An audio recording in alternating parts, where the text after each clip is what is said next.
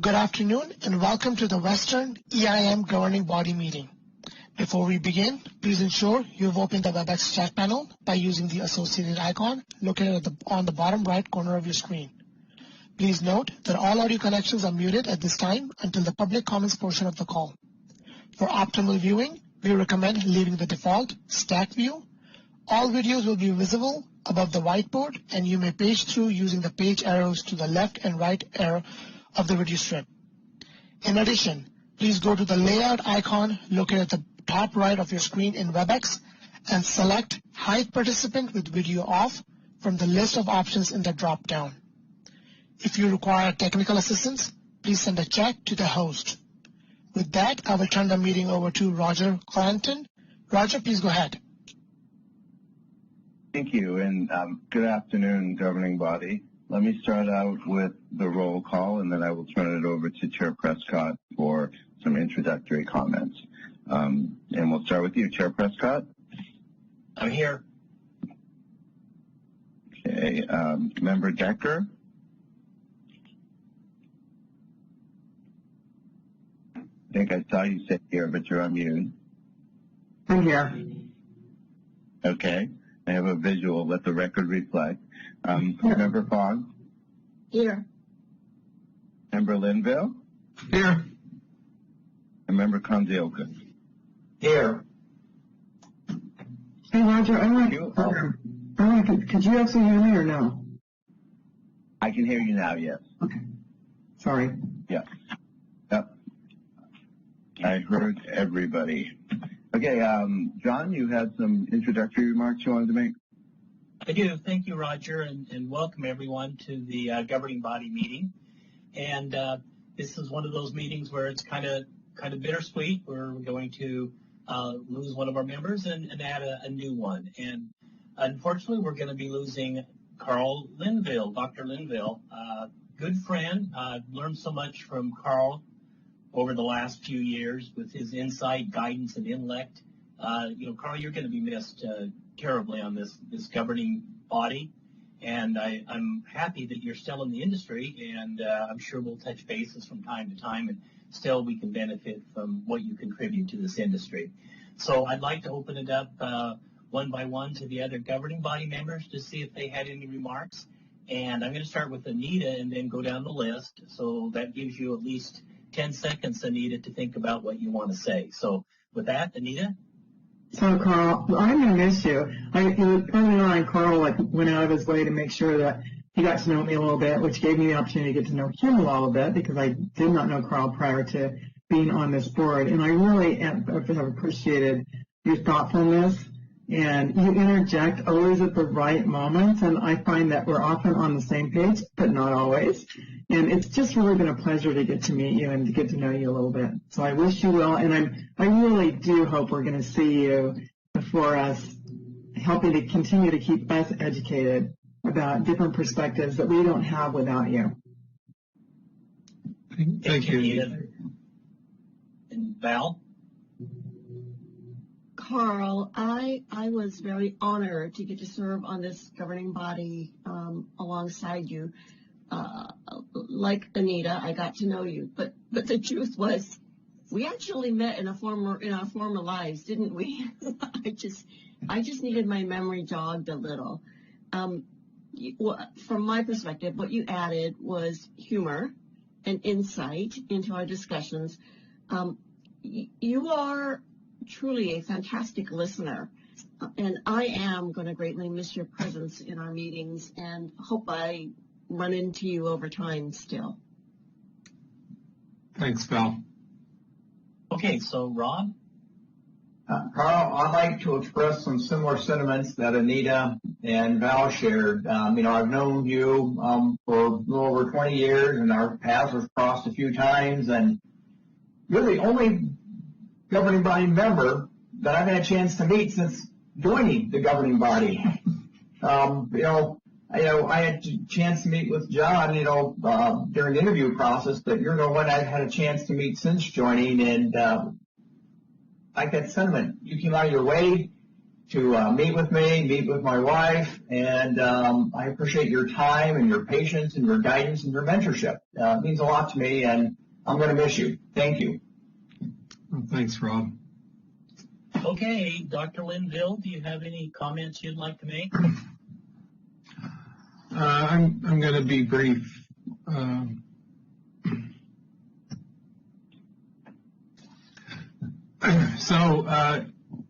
Thank you for the kind thoughts, everyone.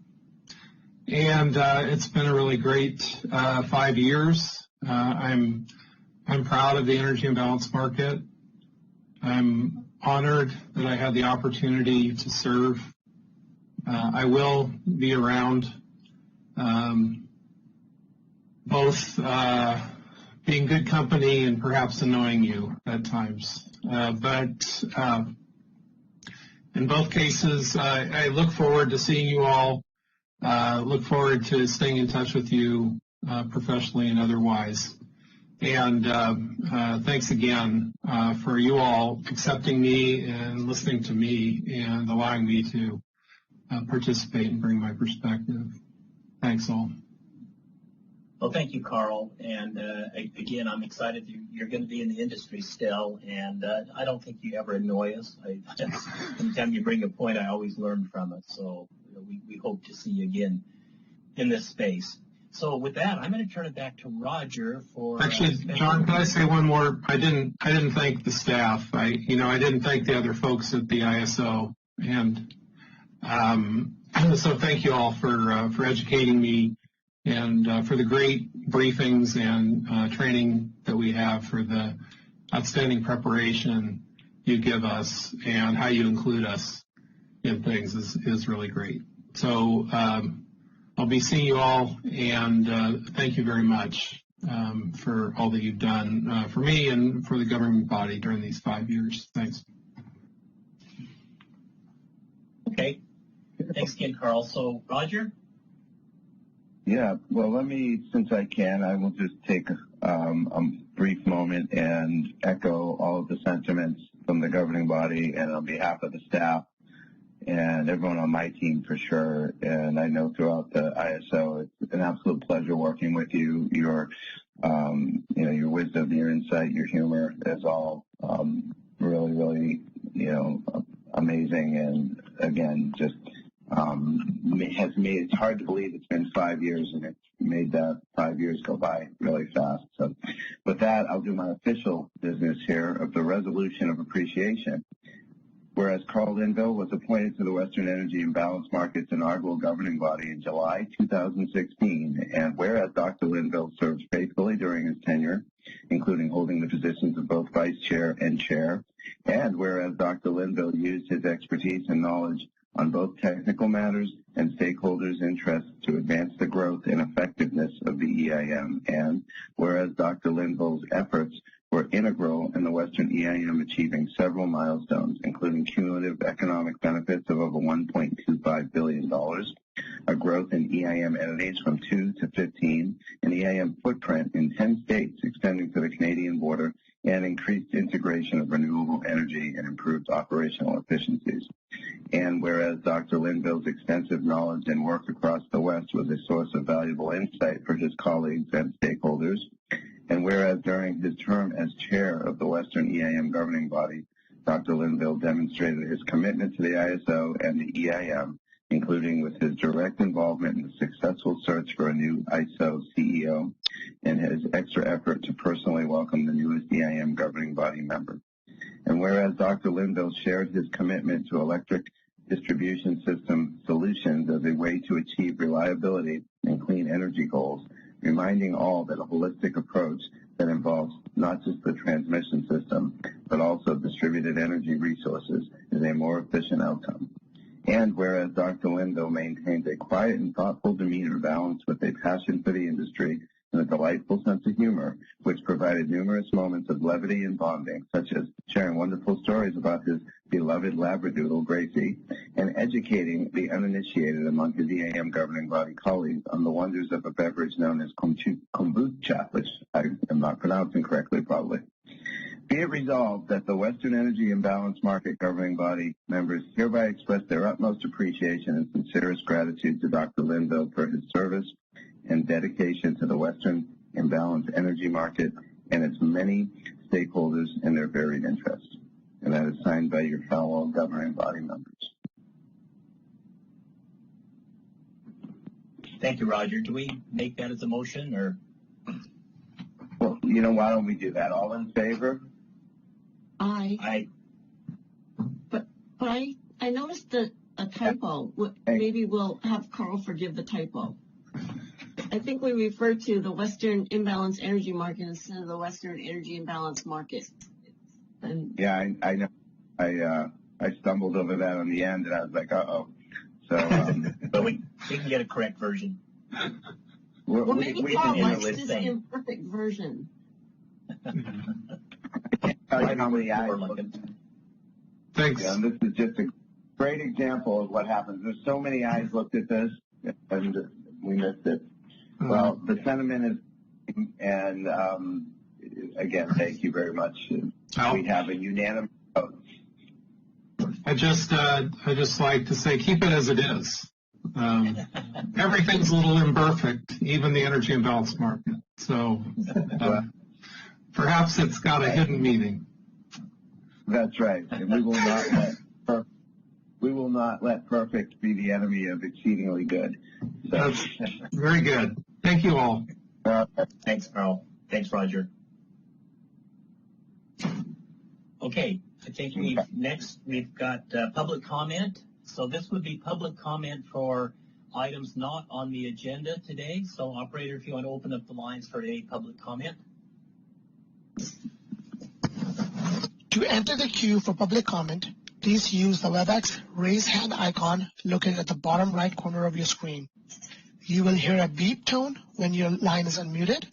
At that time, please state your name and affiliation. If you're dialed in via the phone only, please press #2 on your phone. You will hear a notification when your line is unmuted. At that time, please state your name and affiliation.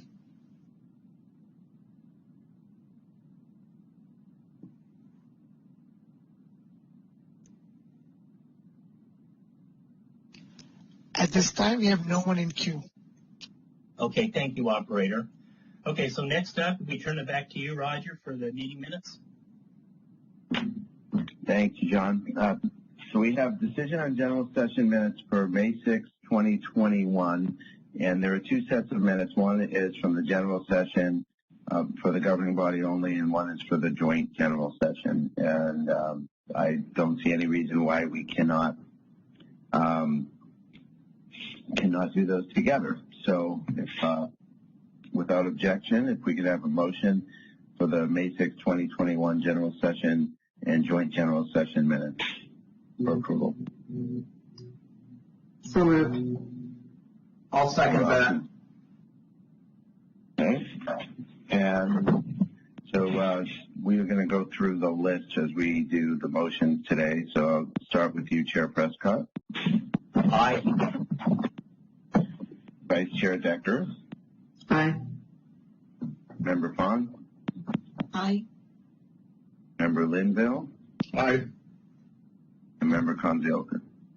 Aye. Thank you, governing bodies. Back to you. Okay, thanks, Roger.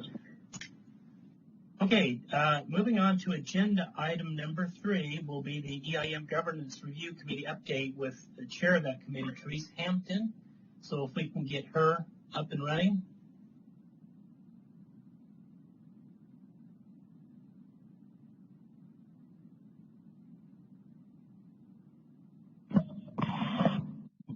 Therese, if you could raise your hand. Yeah, you can either select the icon at the bottom, above the chat in WebEx, or press #2 to raise your hand.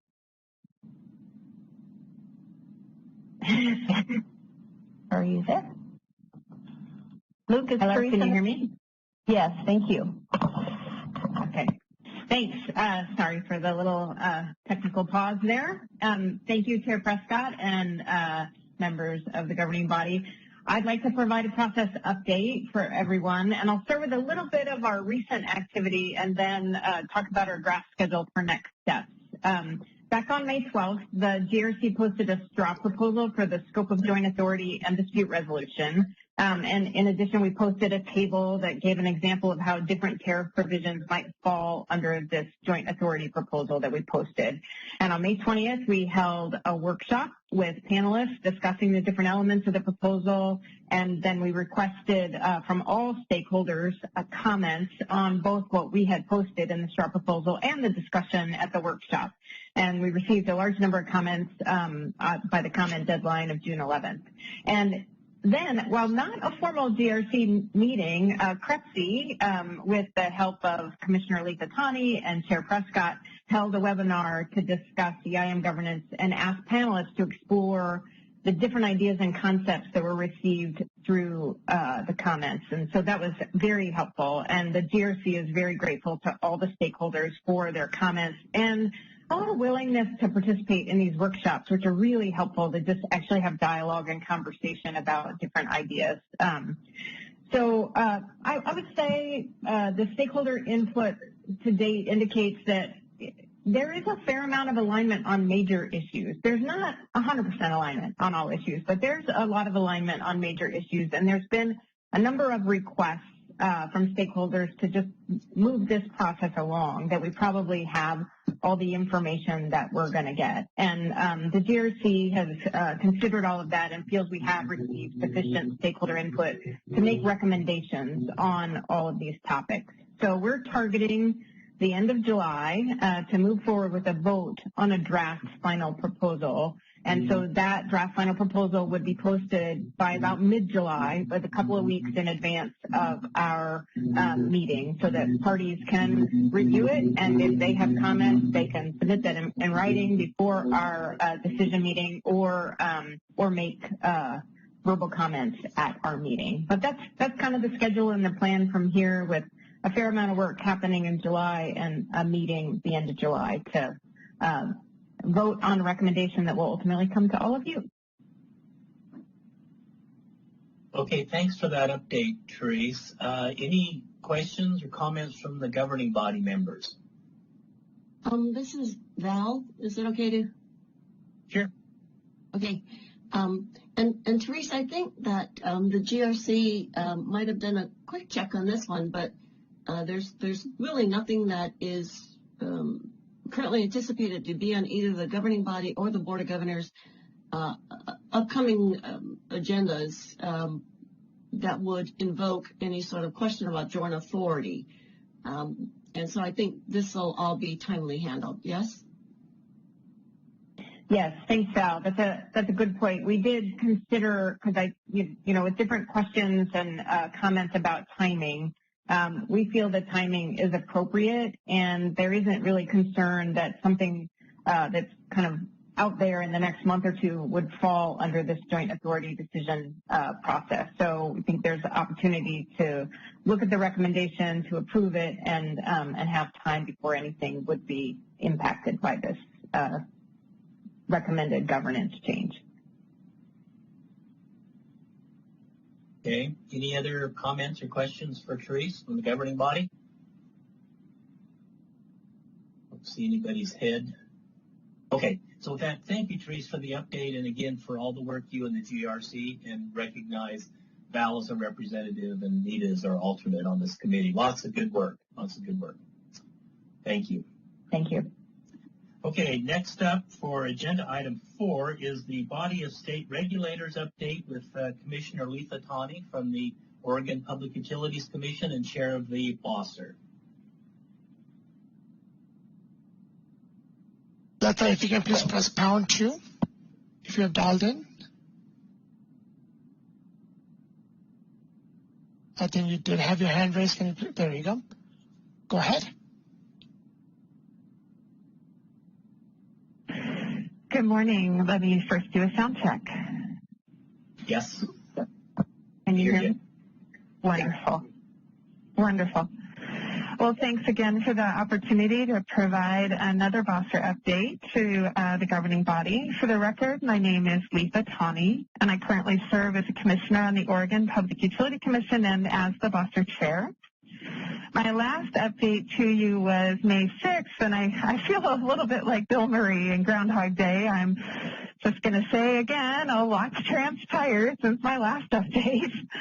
We've all been so busy.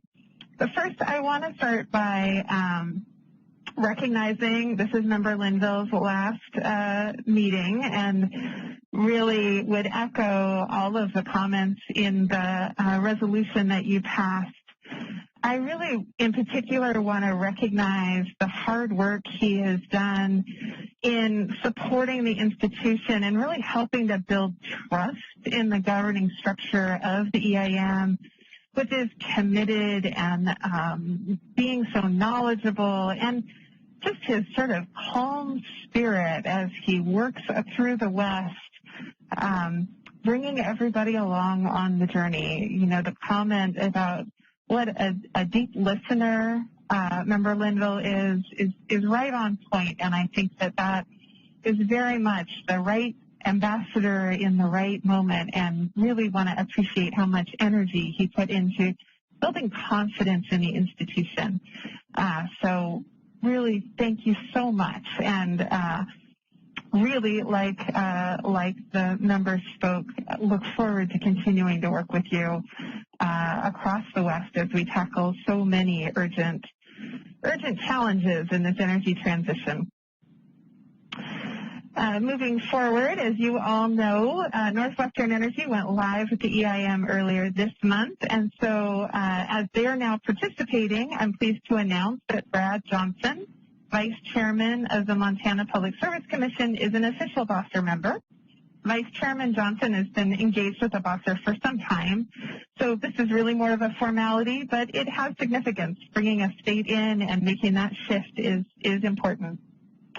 I'm also pleased to announce that Jim O'Connor, who serves as a commissioner for the Arizona Corporation Commission, has joined the Boster as a representative from Arizona.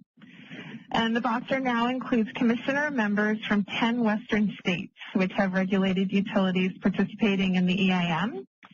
And to me, that really represents just how quickly and broadly EIM participation's increased. And the reach that the real-time dispatch has across the generating fleet and the Western Interconnect. And we look forward to continuing our role in with our broader membership to continue to educate, discuss, find where we have consensus on market issues and the expanded market opportunities that may emerge. I'm also very pleased to announce that the Western Interstate Energy Board, has hired a market analyst who will provide staff support to the Boster. Peter Calusi from CAISO and I were both part of the hiring team. The new analyst, Wuri Lee, is an electrical engineer with a master's degree in applied economics from UCLA. And among her professional credits, she was with POSCO Energy, a Korean independent power producer, for 5 years as a research analyst and trader in the Korean organized energy market. We're really pleased to have her on board and hope you'll all get a chance to meet her when we move back to in-person gatherings again. But she'll quickly become an institution on our monthly calls as she helps us with our education and deepening our understanding. So really pleased to make that progress in our capacity. On the EIM governance review, a substantial part of our activity for the last couple of months has really been around supporting that governance review and engaging in comments and so on. And really pleased with the progress that we see there. And would echo the sort of urgency in moving forward. I really want to commend the work of the GRC and the hours they've put in and the dedication and commitment they've shown. And I really can't skip the opportunity to thank Commissioner Chris Raper, our representative on the GRC, for all her hard work in this is extracurricular to her day job, which is already a taxing one. So really need to thank her.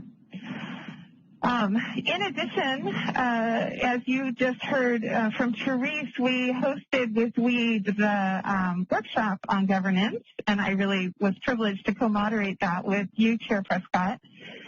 You know, in my mind, the goal of that meeting hosted by WEED was to try to bring the governance discussion to a little broader range of participants across the West.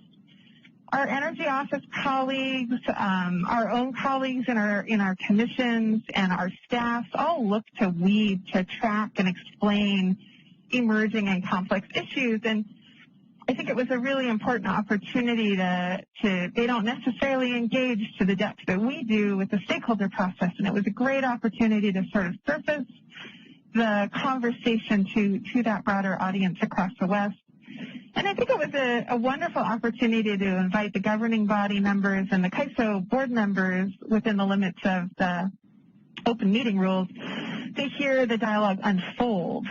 That broader participation is an opportunity, I think, for them, and I saw them taking full advantage of that and really appreciate that. We had great participation across the stakeholders. Just a couple of personal observations. I really appreciated the Q&A portion of the discussion where some of the state representatives raised the urgency they feel in reaching closer cooperation and regional integration. I hear that message very loudly in closed-door meetings and in one-on-one meetings, and I heard it incredibly loudly last week at FERC's technical conference on resource adequacy, and I thought it was really helpful for that urgency to be expressed on that broader stage. Not just urgency for this joint authority proposal, but for moving forward proactively on cooperation that benefits all our customers. But I also really heard loud and clear the degree to which change feels very risky in this context, particularly to the California parties. And in particular, I heard something new to me, that the cultural change of the CAISO engaging with more stakeholders feels really different compared to how the ISO worked in the late aughts or early teens. And I really want to acknowledge that change always feels really risky, and it feels risky to all of us. That's just a very common, I have a lot of empathy for how that feels. We face that in our own commission.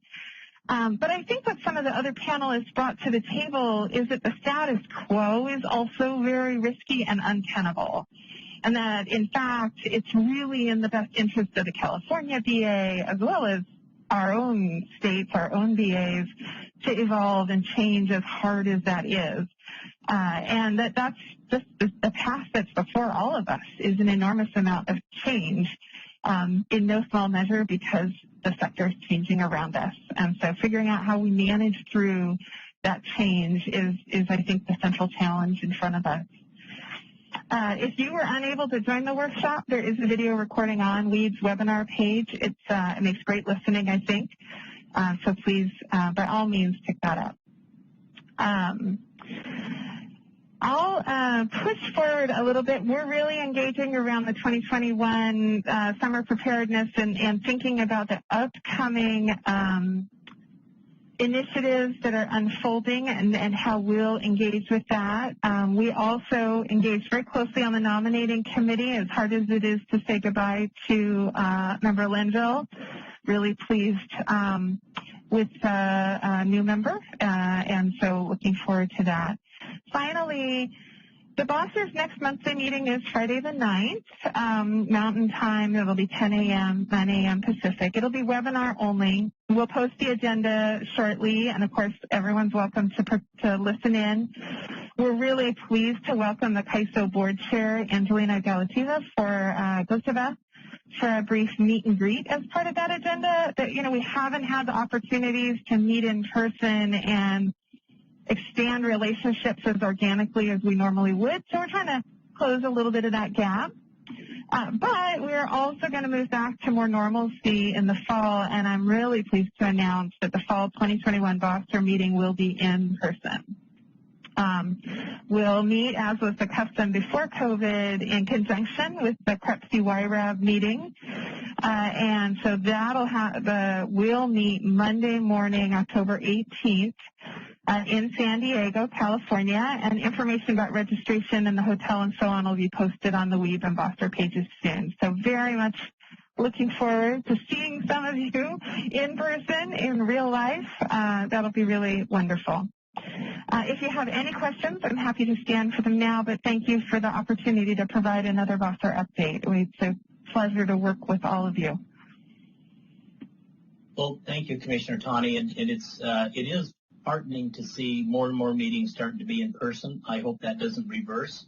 I hope that trend continues. I miss those meetings. So I want to thank you for your leadership of Boster and all that Boster does for the betterment of this market. I know that you all have day jobs, work on a lot of very important issues, but we certainly appreciate you at least prioritizing the work that you do to make this market even better. And I also want to be sure and recognize Commissioner Johnson from Montana and Commissioner O'Con from Arizona and welcome them formally to the Boster so we can get their contributions as well. So with that, I would open it up to the governing body members for any comments or questions for Commissioner Tani. Okay, looks like you've covered it well. As usual, Commissioner, thanks for your report. Thank you so much. Okay, moving on our agenda to agenda item number 5, the Regional Issues Forum update, and that will be given by Pam Sporborg, the chair of the RIF from Portland General Electric. Pam? Hello. I will also ask for a quick sound check. We hear you. We can hear you. Excellent. So I'm Pam Sporborg, the chair of the EIM Regional Issues Forum, and I first would also like to echo the appreciation and thanks to Member Lavenel for his dedicated service and particularly his commitment to stakeholder engagement. We will sincerely miss your thoughtful leadership on this group, but we look forward to continuing to work with you in the future. Yesterday, the RIF hosted another virtual meeting with panelists from the EIM new entrants, including Turlock Irrigation District, Public Service of New Mexico, Los Angeles Department of Water and Power, and Bank Phase 2. I particularly appreciated the valuable insights on the implementation process from the perspective of both TID and Bank, who are some of the smallest entities to join to date. I also appreciated the advice from LADWP and PNM regarding the value of establishing a project team early in the process and maintaining that team throughout the go-live process. We also heard about resource adequacy from WEC, and this topic was particularly timely as the West continues to experience extreme weather events. PGE just hit our all-time system peak on Monday, and understanding the implications for resource adequacy and the regional relationships was really insightful from this presentation. WEC shared the results from their study and also valuable insights into how their findings can be used to influence IRP planning and transmission planning, as well as some of the other ongoing regional efforts to enhance resource adequacy. Finally, I do want to note that one of the upcoming decisional items on today's agenda is implementing the EIM Governance Review Committee's Part 1 proposal, and that this proposal includes red lines to the Charter for EIM Governance that address changes to Section 6 regarding the Regional Issues Forum. If these changes are approved, the RIF liaisons have proposed a separate and process that we hope will enable the corresponding changes to the RIF's operating guidelines. These changes will be posted to the RIF page on the Western EIM website in the next few weeks with a request for stakeholder comment and feedback. As these changes have received broad regional support from a wide variety of stakeholders, we tentatively plan to move these adoptions forward quickly and adopt these changes at the next RIF meeting currently scheduled for September. We also plan to make any adjustments to the liaison representation quorum in accordance with the GRC adjustments at that time. And we appreciate everyone's support and patience as we work to implement these changes to both the charter and the operating guidelines to have a holistic approach to the new recommendations. Finally, yesterday's RIF meeting was the final meeting in which the RIF will be supported by Nikki EIM. Nikki will be attending graduate school in San Diego in the fall to study energy markets and policy. And while Nikki will be missed by all the liaisons, we know that she has a bright future ahead of her, and we wish her all the success in graduate school. We hope that we can find someone equally as talented to continue to support us in the future. And with that, I would welcome any questions that you may have. Well, thank you for that, Pam. And yeah, I want to add the governing body's recognition of Nikki and for all she's done, not just for the RIF, but for us as well. Wish her the best. So, Pam, thanks for your leadership on RIF. Always interesting meetings. I attended yesterday. Always get good information from that. So with that, I will open it up to the governing body, and I see John's muted after your attendance. Say again? You cut out after you noted you had attended yesterday's meeting. Oh, okay. Can you hear me now? Now I can. Okay. Yeah, it shows that I'm still unmuted. But anyway, we'll turn it over to the governing body for any questions or comments. And Val, your hand was up. Okay. Thank you very much, John. And I just want to also make a particular mention of Nikki and how great she's been and how much I'm personally going to miss her in all the great conversations that we've had in the past. For Pam, I know that typically the presentations are posted on the website, but the WEC presentation wasn't available yesterday. And I was wondering if you were going to be able to post that on the website.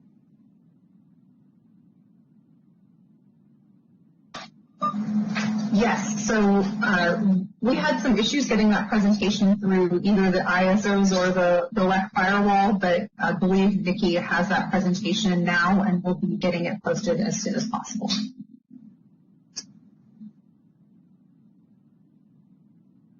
Okay, any other questions, comments from the governing body? Okay. Thanks again, Pat, for your leadership on this and other committees that we're going to hear about pretty soon. Thank you, John. Okay. Next up is item number 6 on our agenda, which is the briefing on aggregate capability constraints for co-located hybrid resources and the decision on our advisory role. And I think first up we have Anna to kick it off. Anna McKenna. Let me interrupt here. Sorry to do so, but let me check that we have also received a public comment letter from Large Scale Solar Association and Solar Energy Industries Association, which has been provided to the governing body. Just want to note that for the record and turn it to you, Anna. Thank you, Roger, and thank you, Chair Prescott, Vice Chair Decker, and governing body members. I'm Anna McKenna, Vice President of Market Policy and Performance. Today, Greg Cook, Executive Director of Market and Infrastructure Policy, will be briefing you on the changes we plan on making to the aggregate capability constraints for co-located hybrid resources. This will be before you in an advisory role, and also present is Ryan Kurlisky from the Department of Market Monitoring, who will be providing comments on behalf of the department. But before I get started, I too wanted to take a moment to thank Member Linville for his guidance and great leadership over the past 5 years. I would like to wish you the very best on your next endeavors, and I do look forward to your continued participation as we work to evolve our markets together in the community. Thank you. And with that, I would like to turn it over to Greg. Thank you, Anna. Good afternoon, Chair Prescott, governing body members. So today we're proposing a stakeholder requested enhancement to the hybrid co-located resources proposal that was supported by the EIM governing body and then approved by the ISO board last summer. So our proposal includes some new functionality that would be available to both the ISO as well as the EIM balancing authority areas. And with that, this initiative would fall under your advisory authority as the rules apply generally to the entire market. Next slide, please. So I'll start off with a quick review of what we developed and implemented last year. So under the co-located resources model, there are individual resource IDs for each generator behind a single point of interconnection.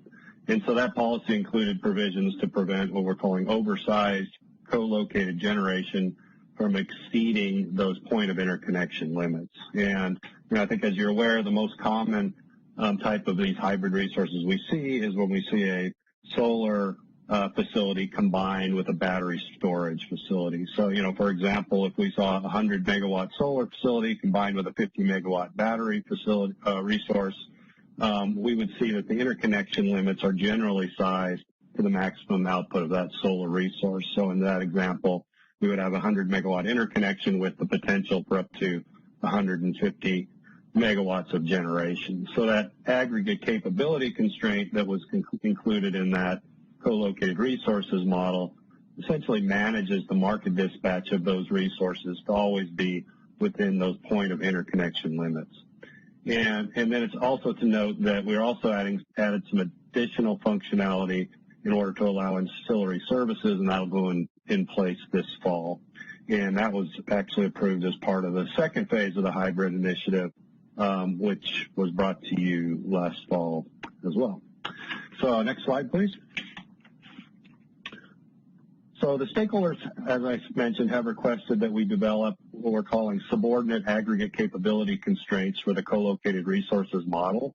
This is primarily to facilitate the contracting that's being done by load-serving entities for shares of these co-located resources. So what we're seeing is that developers are contracting with off-takers for fractional shares of the resource as well as that interconnection limit. And essentially, they want the ability to bid and have the shares settled separately. And we've seen this as prevalent, particularly for large energy projects with solar and storage at the same locations. And, in fact, with any resources we're seeing over 20 megawatts, we're seeing this type of contracting taking place. And we've actually seen up to 5 separate off-takers on a single project as well. So we're proposing some new functionality to model those contractual limits as well within that co-located resources model. So currently we have that master aggregate capability constraint that models at the point of interconnection limits, which was part of the original proposal. And now we're proposing to add these sub-aggregate capability constraints to model the contractual limits that represents the shares of the resources. And I have an illustration of this on the next slide. So the way this works is, under the current proposal, which is with that master aggregate capability constraint, in this example, this is a 2 off-taker example where we have on the physical resources, we have a 233 megawatt solar resource combined with 117 megawatt battery resource. And so then that is split up between these 2 LSEs in this example with 2 sub-ACC limits. So 110 megawatts for the limit for the first LSE and then 123 megawatts for the second LSE. And so again, this operates the same way as the master ACC limit just for those fractional shares.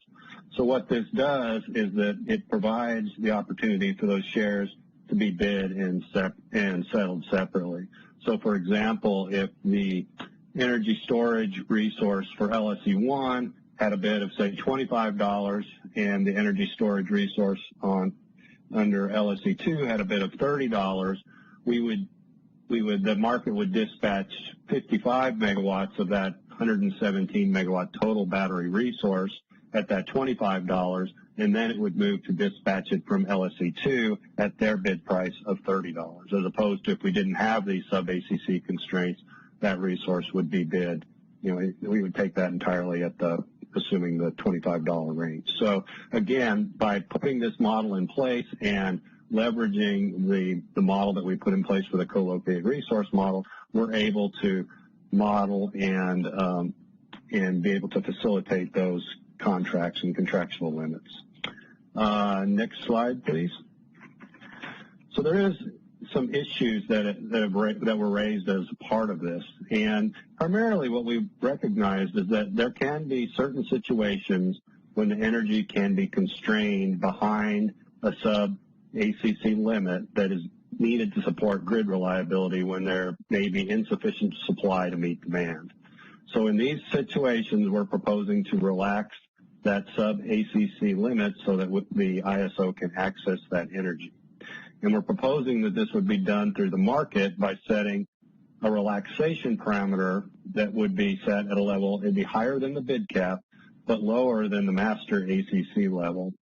And so by doing this, we would be able to, in the event that we ran out of bids and the market was unable to match supply and demand, that it would then have the option of relaxing that sub-ACC limit to access what could potentially be energy that was constrained behind that sub-ACC limit.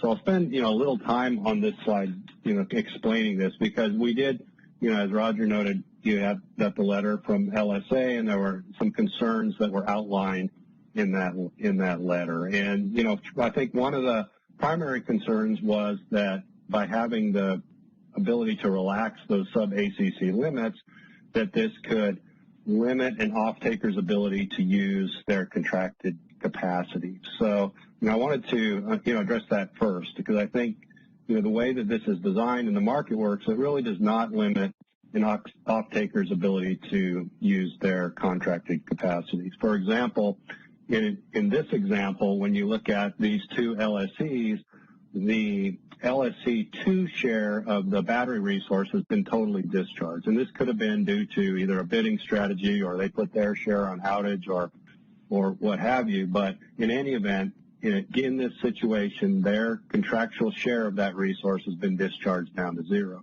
On the other hand, we have LSE1, which still has, a significant amount of energy on their share of the battery, but it's to the extent where combined with the solar output, so in this example, the solar is not at its full output, but close to it, so we're saying we have 75 megawatts coming from each of the shares of the LSE solar resource, that given the sub-ACC limit, they're only allowed, with that 75 megawatts, they only have room for another 25 megawatts to be delivered out of that first battery.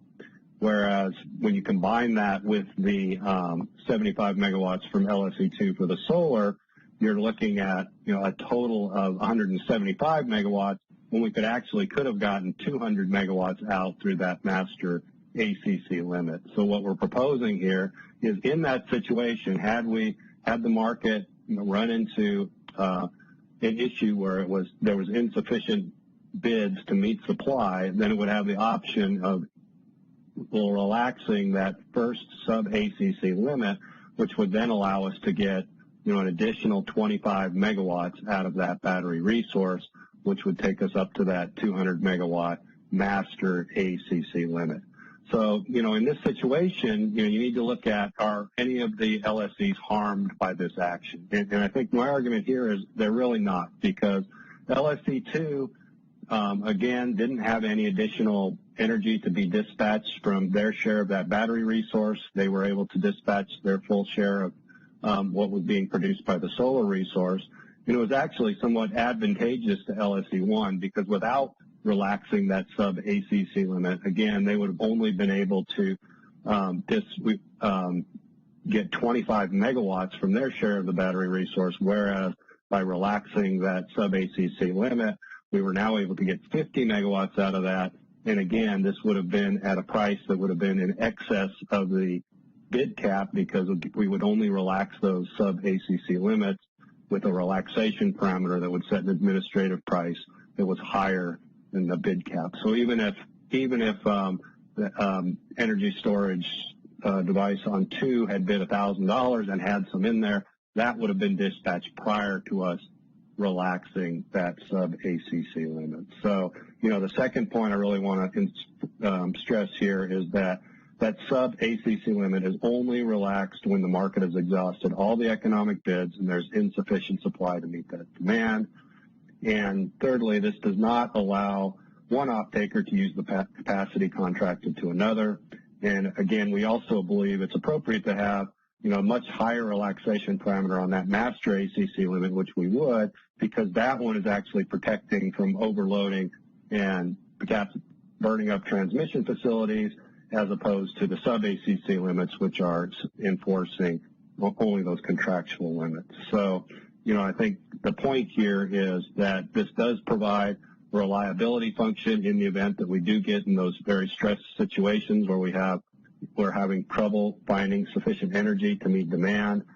We do believe this would be fairly rare situations, but at the same time, I think the way that this would work, that it would not, unduly harm either of those off-takers, and it would also not limit their ability to use their contracted capacity.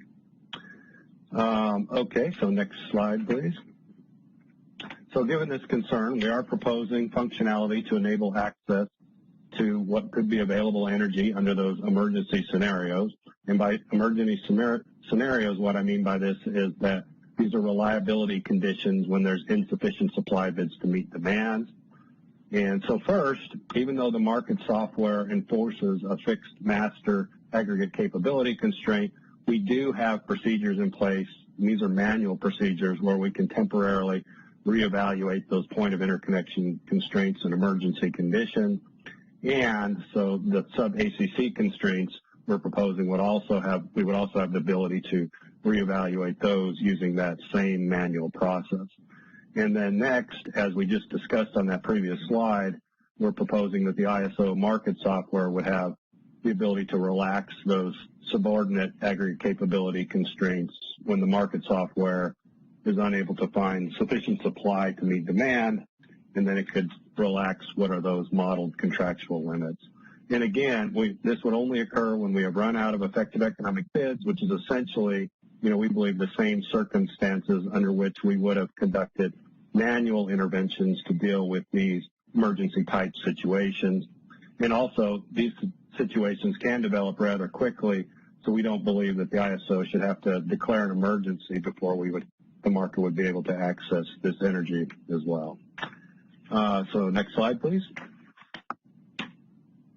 So with that, we are requesting that the EIM governing body support the proposed enhancements to the co-located resources model. Adding that sub-aggregate capability constraint will facilitate the contracts for fractional shares of resources, and we also believe it includes the appropriate provisions to access available energy under emergency conditions that will help us support reliable grid operations.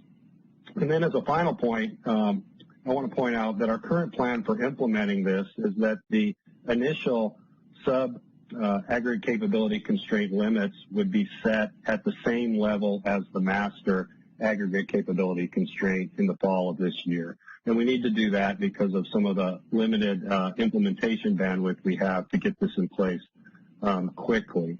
And we would then add the different relaxation parameters to the sub-aggregate capability constraint limits in the spring of next year, in spring of 2022. And this does also provide us with a period where we can observe how this is functioning prior to implementing those sub-ACC parameters prior to next summer. So with that, I would be happy to answer any questions. Well, thank you, Greg, for that report. And I would like to open it up to the governing body for any questions for Greg.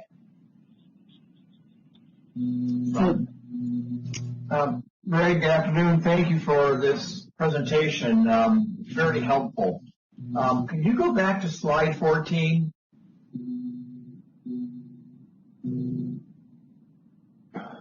And I just want to get a clarification. I know you said it, and I just want to ask it a little bit differently. In the scenario here, if that you were using, and if facility number 2, let's say they had 25 megawatt hours of capacity, they would not be curtailed if they were discharging. But once they were completely discharged under the other assumptions, then operator number 1 would be allowed to provide capacity into the market to be able to reach the 200 megawatt limit. Is that correct? That's correct. So, just to reinforce that point, if LSE2 did have 25 megawatt hours for that interval, we would not relax that sub-ACC limit for LSE1 because, again, we would we would be able to access, the full amount of the storage resource at that point. So yeah, you're right. Only in the event that there was totally discharged and they had no further ability to provide their share of that resource would we then relax that limit. And that occurs because that relaxation parameter is set at a level higher than the bid cap. So even if that LSC2 was bidding that storage at $1,000 a megawatt hour, we still would use that energy before relaxing that limit for LSC2. Okay, very good. Thank you. Any other questions for Greg from the governing body? Okay, seeing none. Thank you, Greg. So next up on this same topic, we have a report from the Department of Market Monitoring, Ryan Kurlinski. Hey, good afternoon. This is Ryan Kurlinski from the Department of Market Monitoring. Can you hear me? I hear you. Yeah. Great. All right. First, on behalf of DMM, let me say that to Member Linville, how much we'll miss you on the governing body. We appreciate all the valuable discussions we've had with you over the years, and we look forward to working with you again in the future when we cross paths. So thank you. All right, next, moving on to the proposal. Thank you, Chair Prescott, Vice Chair Decker, and governing body for the opportunity to provide DMM's views on the ISO's aggregate capability constraint proposal. DMM supports the ISO's proposal to create sub-constraints under the master point of interconnection constraint. DMM also supports the proposal to potentially relax the sub-constraints in conditions when there is a regional supply shortage. The sub-constraint should have to facilitate contractual provisions, right, that divide one set of co-located resources between two owners. Specifically, right, the sub-constraint will help to allow the one set of co-located resources to be modeled as two separate sets of co-located resources. But modeling one set of co-located resources as if there are actually two sets of resources in order to accommodate contracts could be difficult and complex, right, especially when we're talking about batteries. So enforcing those sub-constraints at all, right, whether or not there's a regional supply shortage, could result in some less efficient use of the set of co-located resources split behind the two sub-constraints. So DMM views ISO's proposal to potentially relax, a sub-limit only when there's a regional supply shortage as a compromise. Right? It's a compromise between, on the one hand, always modeling a resource according to how its output is contractually divided, and the modeling could deviate a lot from how the resource could actually perform. So it's a compromise between that on the one hand, and on the other hand, not making any contract-based modeling accommodations that could potentially hinder the most accurate representation of that underlying physical resource. So, the ISO's proposal seems to be a reasonable compromise at this time to help get new resources with emerging technologies online. So DMM's understanding of how that limited sub-constraint relaxation would be implemented is that this feature should not threaten any party's access to their contractually allocated shares of the total points of interconnection rights. A sub-constraint should only be relaxed if two conditions are met. First, the resources behind the other sub-constraint cannot produce up to their sub-constraint limit. And second, if there is not enough available supply to meet regional demand. In this situation, it is appropriate to relax the first sub-constraint so that the resources behind it can utilize the point of interconnection capacity that the other resources are not capable of using. This will allow the physical resources behind a master point of interconnection constraint to produce everything that they are capable of producing to help prevent a regional power shortage. And again, our understanding is that it should do this without impeding any entity's ability to use their own interconnection rights. So we support the ISO's proposal, and I would be happy to try to answer any questions you have. Okay, thank you, Ryan. We always appreciate the opinion of DMM on these decisions. So I would open it up to the governing body for any questions or comments for Ryan. Okay, seeing none. Ryan, thank you for that comment. Okay, next up is public comment. Before we jump there, I just want to acknowledge, as Roger Collinson said earlier, the governing body was presented with a comment letter from the Large Scale Solar Association and Solar Energy Industries Association. It was a joint letter on June 28th of this year, and it has been distributed to us, the governing body. So with that, operator, I would open it up for public comment on this topic. Looks like we do have a caller on the line. Caller, please go ahead. Yes, hello. This is Susan Schneider from Phoenix Consulting, representing LSA and SIA. Can I find out? Can you hear me all right? Yeah. Okay. I want to clarify a few things. First of all, some of the clarifications that Greg helpfully included in his presentation, we did not receive until yesterday. So it was after the time that we sent the letter, and so I want to go through a couple of things with that. And I realize the letter was quite long. I do apologize for that. I probably read a little bit like a textbook. But I have a little simplified example that I think will illustrate the issues that we have. The clarifications have been very helpful, and I want to thank Gabe Murtaugh and the others on the ISO team for leaving the dialogue open. But we do still have some issues that have not been resolved, which we, by the way, do not want to hold up the filing for. So I want to be very clear about that. We do support the expansion of the ACC concept to sub-ACCs. And I actually hoped it might be implemented earlier, but are very happy to see it coming. So we don't in any way want to delay that. So let me start with an analogy, because I think that will make it a little bit easier to understand here. Let's assume that you and your life partner have a house that you're renting, and you have another couple that is renting the house sharing the house with you, and you each have cars that you park in a driveway wide enough for the two of you. And let's assume that, and you have neighbors, and those neighbors have driveways that go out to the same point of interconnection with the city, meaning the street. And the city that you live in is very concerned about its citizens and comes along and says, well, in a life or death situation, there may be some issues with, transportation. And so everyone should be able to use everyone else's cars, or the city should direct how cars are used. Now, that may, you figure, well, I bought my car and I'm sharing that with my partner and we bought it for our use. But hey, for life and death, if somebody's going to die, system emergency, there's no problem here. And so we are not contesting any issues or any actions that the CAISO would do in a system emergency. I want to be really clear about that. There's been a little bit of mushing here about tight supply versus system emergency. This is not a system emergency question, and we have no problem with the CAISO's policies on system emergencies. So let's say now the city says, well, we don't really want things to get to the point of system emergency. So if people have to really do important things with cars, the couple that lives with you is going to sometimes get to use your car. And then you might say, well, wait a minute, under what conditions? Why would they be able to do that? And you say, well, it's only going to be really rare. Let's say there's no Ubers and there's no cabs around, and so they have no option other than to use your car when they have a really important thing to do. And you might say, well, I also have a very important thing to do, and so I don't think that's okay for you to say that they can use my car. Let's say they're willing to pay more to use it or anything like that. That to us was the situation before we sent the letter, which was we had been asking for the idea of when the power balance is relaxed, somehow the ACC boundaries would be relaxed. Well, what does that mean? And why does that, how, would somebody be able to bid lower and then use the capacity that I have and that I reserved?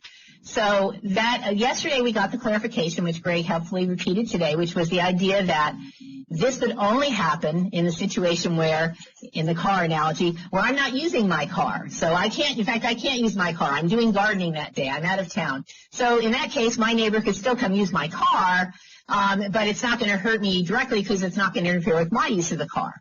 Now, how often will that happen? When might that happen? How often might that happen in the future? Would we get any notice of that? We still have no information on any of that. So we don't know how often this could happen. If it's been presented as a rare condition, we've received no information on how often has a power balance constraint been relaxed in the past. We really don't know. So if your neighbor comes to use your car maybe once every 5 years, maybe that's okay. It's not like you don't know who they are. And, maybe that's all right. Maybe your neighbor on the other side also has a car sitting in the driveway. Why don't they go use their car? Well, because they're not part of the city program. So it's only because you're renting the house with this couple that they could come use your car. And and again, maybe once in a while it's okay, but if it happens every day, is that okay? Well, if it happens, you have contracted to use this, you are paying your share of the gen tie in this case and all the things that go with your contracted capacity. is it okay, no matter how many times it happens, if you're not using it, is it okay for someone else to use it? And maybe the answer, it's certainly better than if they were interfering with your use of it. But it doesn't mean that it's necessarily okay to be able to do that. And should not the city come and compensate you for use of capacity that you're actually paying for? So while we feel that the ISO has gone a long way with this clarification that if I want to use my car, no one's going to take that away from me. That's great, and we appreciate that very much. But we don't necessarily think that it's okay to say just because I'm renting a house with this couple that somehow they can come use my car when I'm not using it. They could use my neighbor's car when they're not using it, but that's not part of this proposal.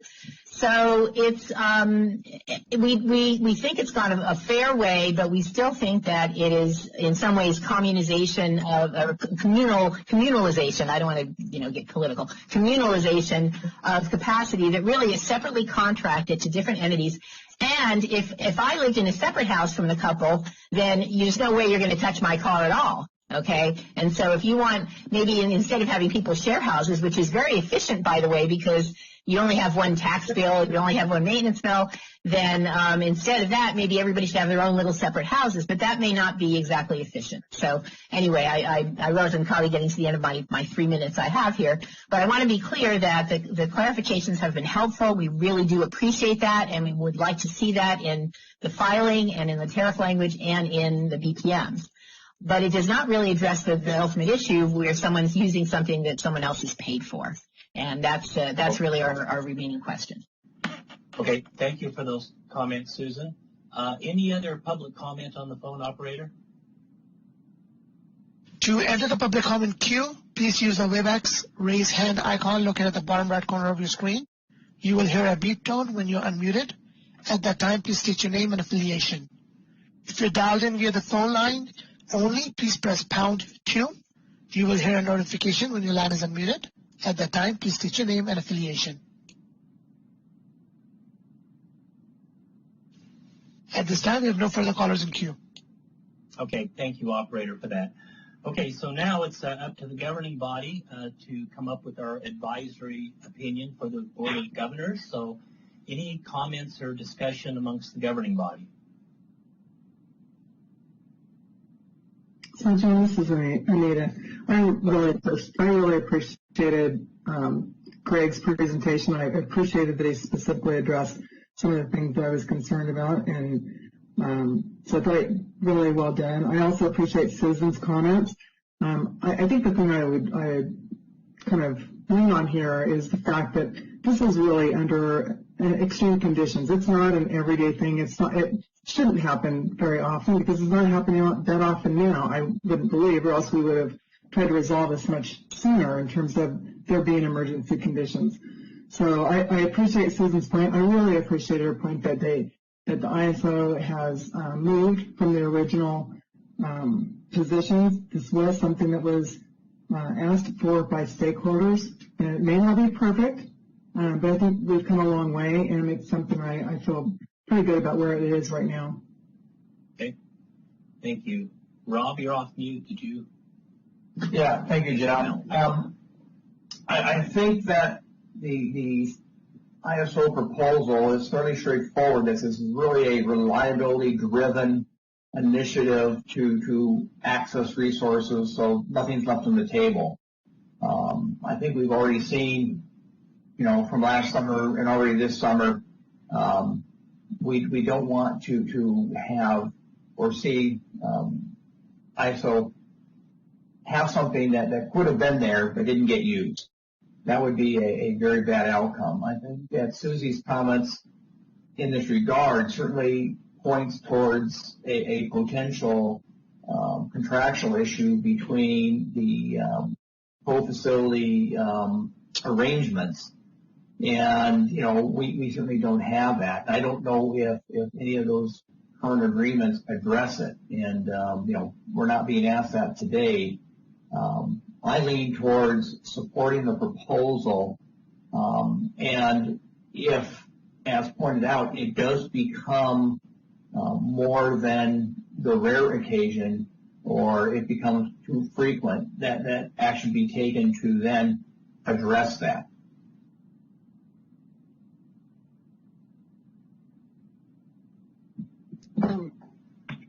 Sorry, John, you were on mute. Okay, I just said Val. Oh, thank you very much. So I actually, Anita, thank you. I think you said everything I wanted to say, and I'll just say it in my own words, but I think that stakeholders, and Susan, I really appreciate the efforts that you take to make sure we understand what the concerns are. I think stakeholders are so critical in educating not just us, but CAISO as to what the issues are from their perspective. And I think CAISO has demonstrated time and again its willingness to be flexible to try to come to some sort of agreement. And DMM, I am so grateful for your analysis, and I adopt, in some sense, your description of this solution that's being put forward to us today as the reasonable compromise approach.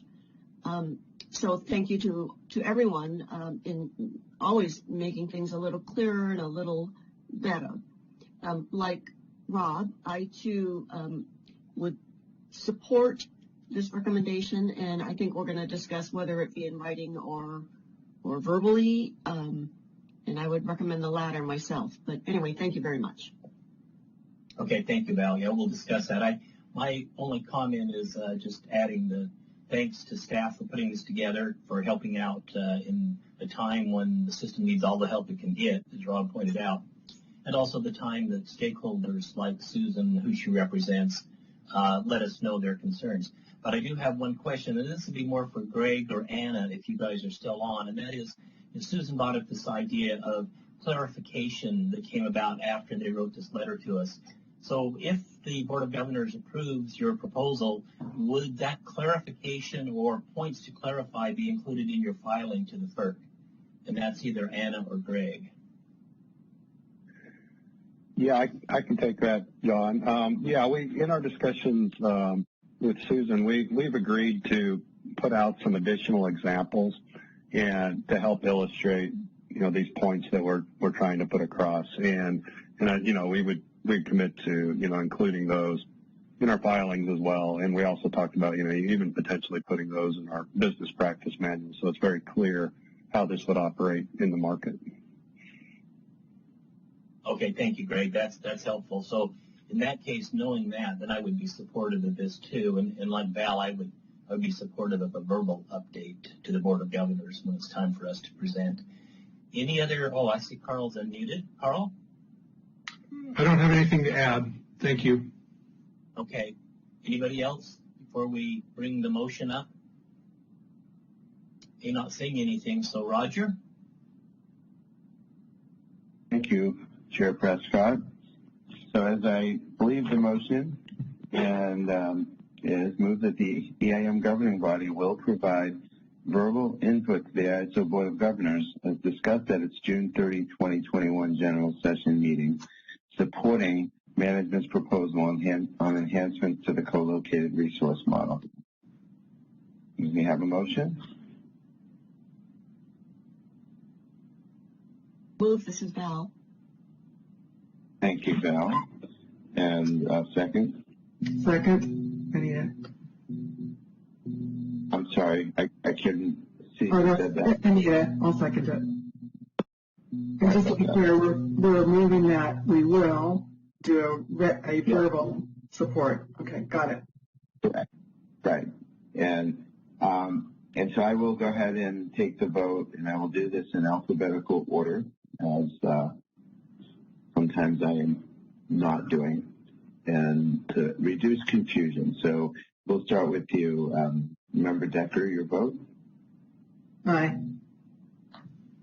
Member Fong? Yes. Member Kondziolka? Yes. Member Linville? Aye. And Member Prescott? Aye.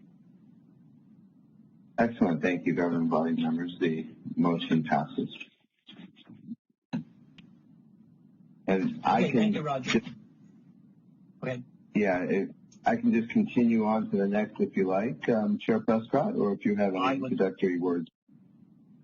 No, just back on that last one again. Thanks to staff and all the folks who worked on it. it was a good outcome, I thought. So, no, I'll turn it over to you. Great. Well, item number 7 on our agenda is for the governing body's consideration of changes to governance documents that are necessary to implement the Governance Review Committee's Part 1 proposal. Before I turn it over to Dan Schonkweiler, who has a presentation for you today, I do want to thank all the members of the GRC. I know it was a lot of hard effort going to get into policy, and you've worked tirelessly. And for myself, for the executive team, and all of the staff at the ISO, we thank you for your efforts. And personally, I want to thank our staff that worked on the ISO portion of this, in particular from the legal team, Dan Schonkweiler and Bert Strauss, as well as Pete Belusi from Stacey Crowley's team, and so and everyone else. I'm sure I missed a handful of people that have worked on these, and I always hate to do that, but a great thanks to everyone for really a terrific job. With that, let me turn it over to you, Dan, for your presentation. Thank you. Thank you, Roger, and good afternoon. Can I just interrupt one moment? So I think, Roger, maybe John Anders as well? Like I said, yes, absolutely. John Anders, he's worked on so many regional issues that I forget which ones he's putting his golden touch to. And I will definitely add that to my list of congrats and thanks.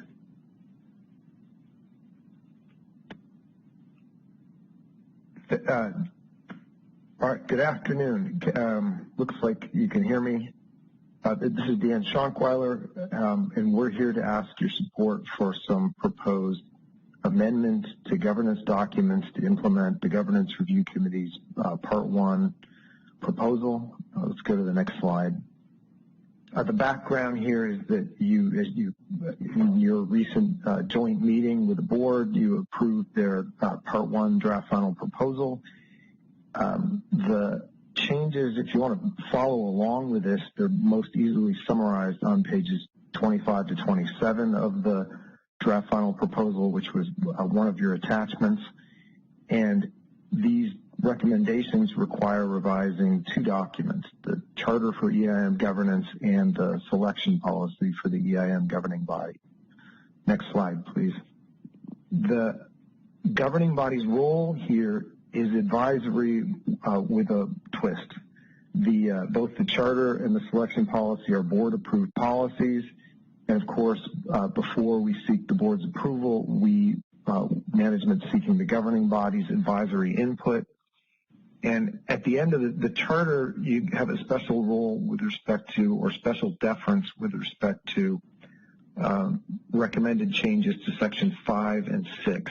Or those are, as they're currently numbered, those are the sections that address the body of state regulators in the Regional Issues Forum, so that at the end of the charter it provides that any changes you advise in favor of to those sections will go to the consent agenda of the board. So we'll keep that in mind as we track through the changes.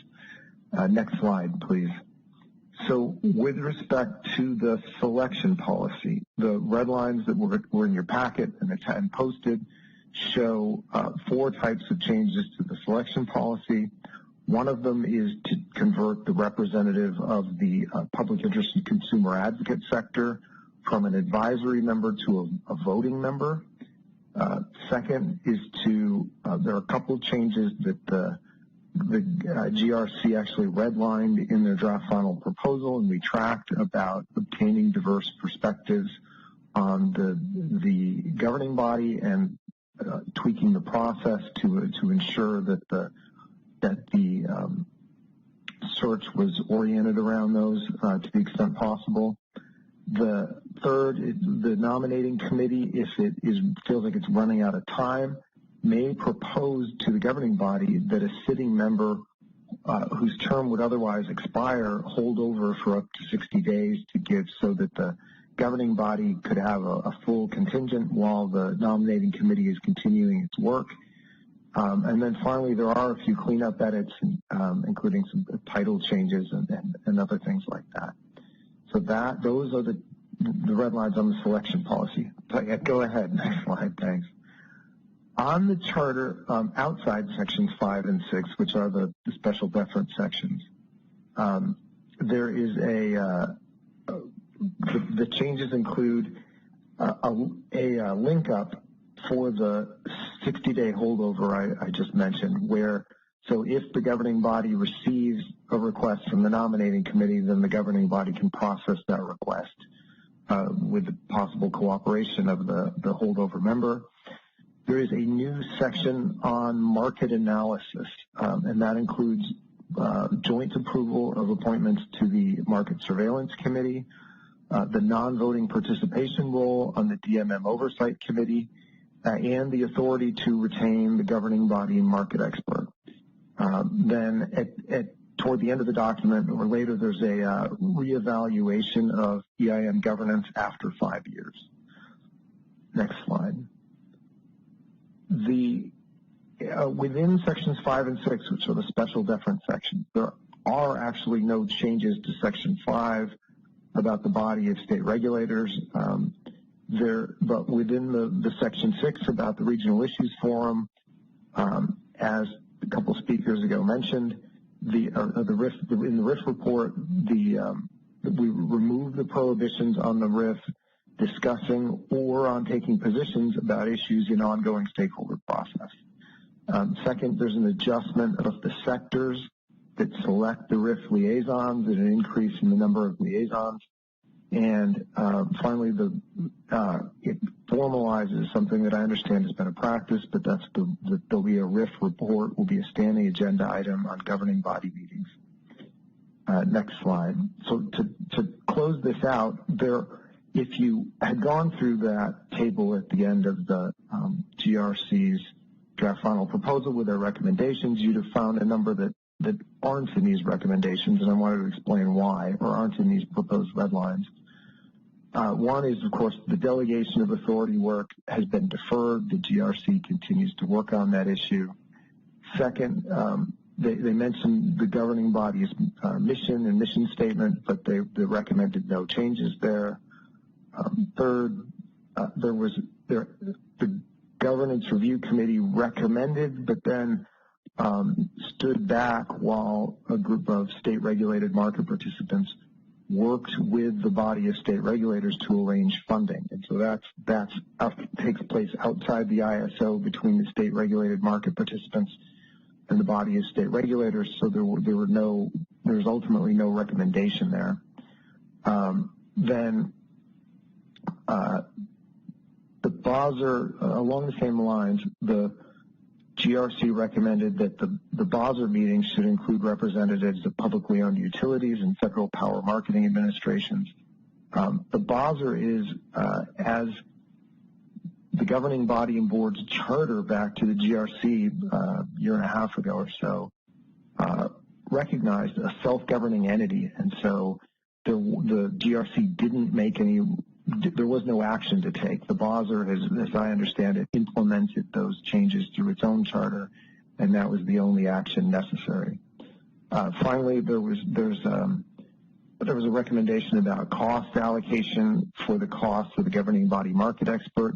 That cost allocation is consistent with how those overhead costs are allocated in our tariff now, and so no change is necessary there.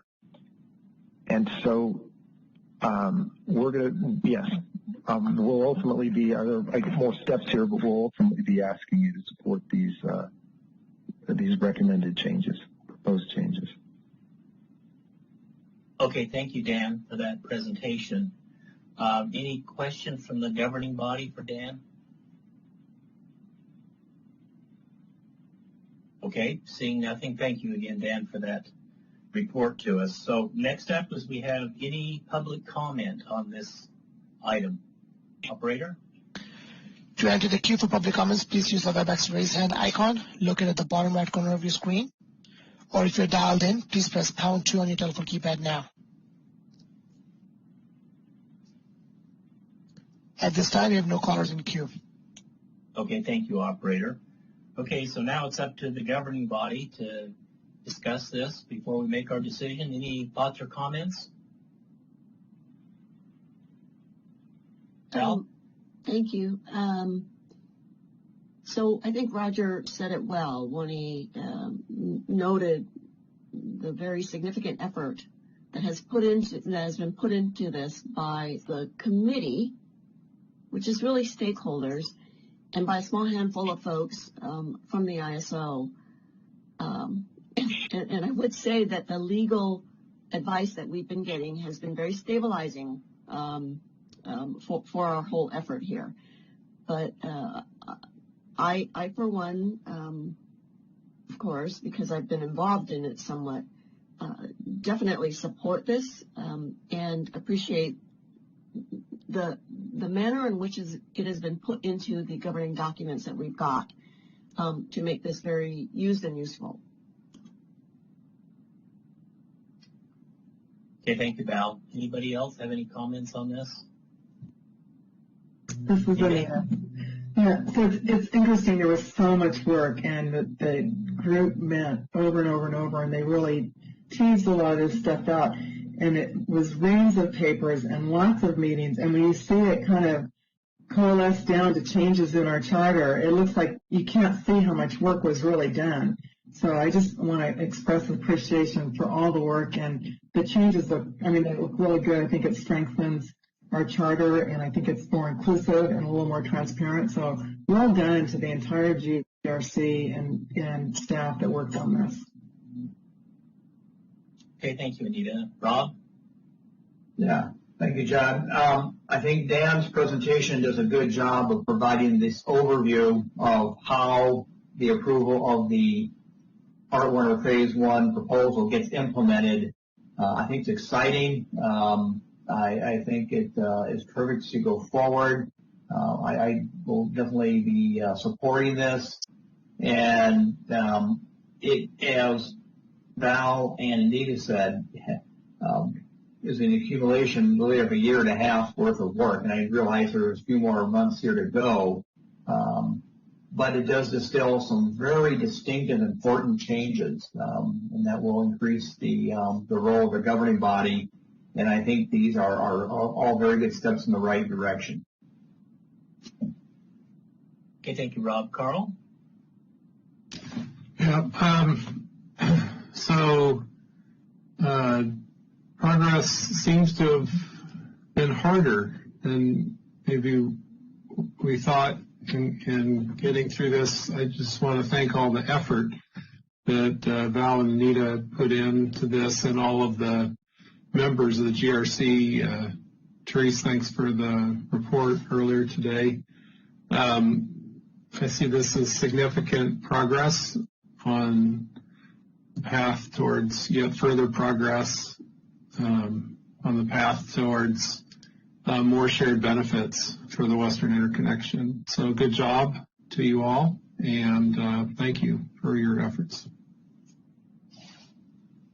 Thanks, Carl. I'm going to support this certainly wholeheartedly, and I really have nothing else to add other than what my colleagues on the governing body have already discussed, all the platitudes. Great effort. So as Dan pointed out, we're advisory on this, but with the nuance that, remember, on the existing sections 5 and 6, since we've approved it already, we go right to the consent agenda, Board of Governors. So and then my recommendation would be, if you all agree, that we provide verbal comments in support of this at the Board of Governors meeting. Does anybody see that differently? No. Okay. All right. So any other discussion before we go to the motion? Yeah, John, if I could just say this, and Therese, I know you're listening, but I'm going to venture to guess we wouldn't be where we are today without her guiding hand. And she's just been tremendous. So, this really, thank you from the whole team. Well said. Well said. Thank you, Val. Thank you, Therese and the team. Okay. Anything else before we go to the motion? Okay, Roger? Okay, I think we're ready. Move that the EIM governing body will provide verbal advisory inputs to the Board of Governors supporting the proposed revisions to to the Charter for EIM Governance and the selection policy for the EIM governing body, as discussed in and attached to the memorandum dated June 23, 2021. And do I have a first on that motion? I'll move. This is Val. Thank you, Val. And second? This is Rob. I'll second. Thank you, Rob. Member Decker, your vote, please.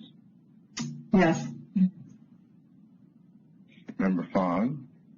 Yes. Member Konzioka. Yes. Member Linville.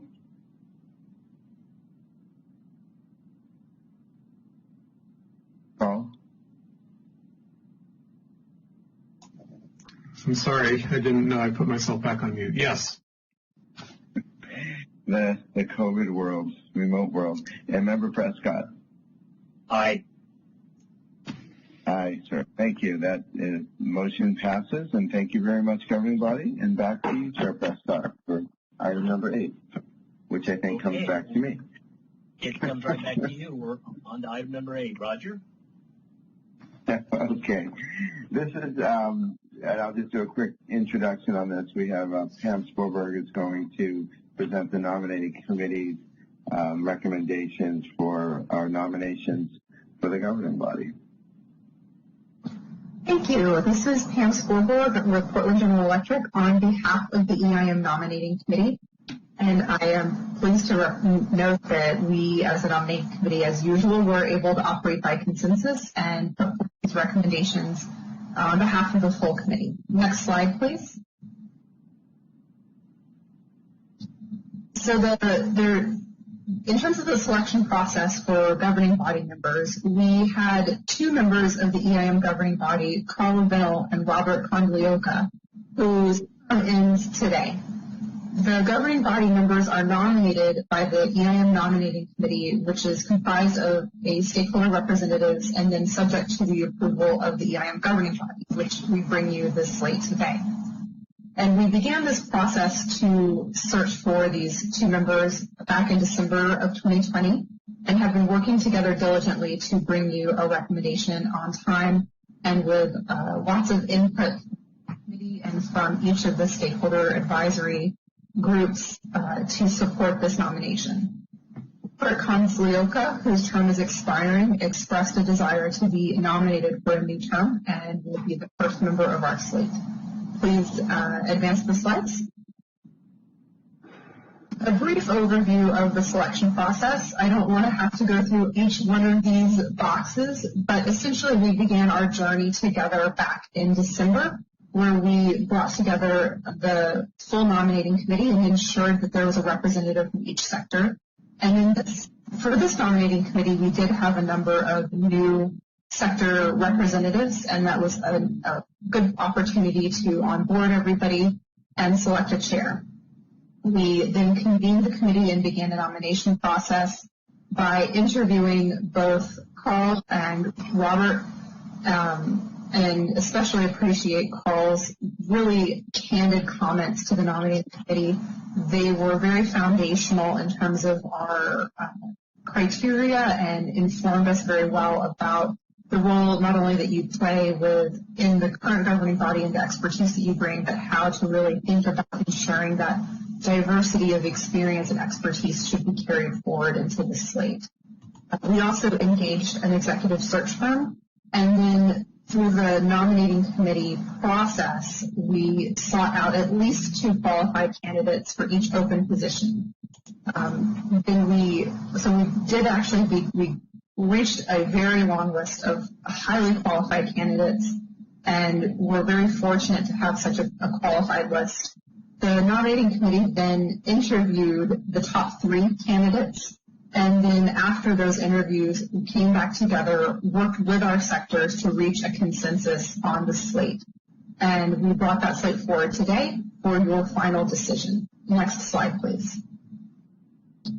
Again, reiterating that member Konglioka expressed a desire to be renominated, and that we did support his renomination with an easy consensus process. We really appreciate all of the expertise and perspective that he has brought to the governing body, and his perspective through the interview process was highly valued by the nominating committee.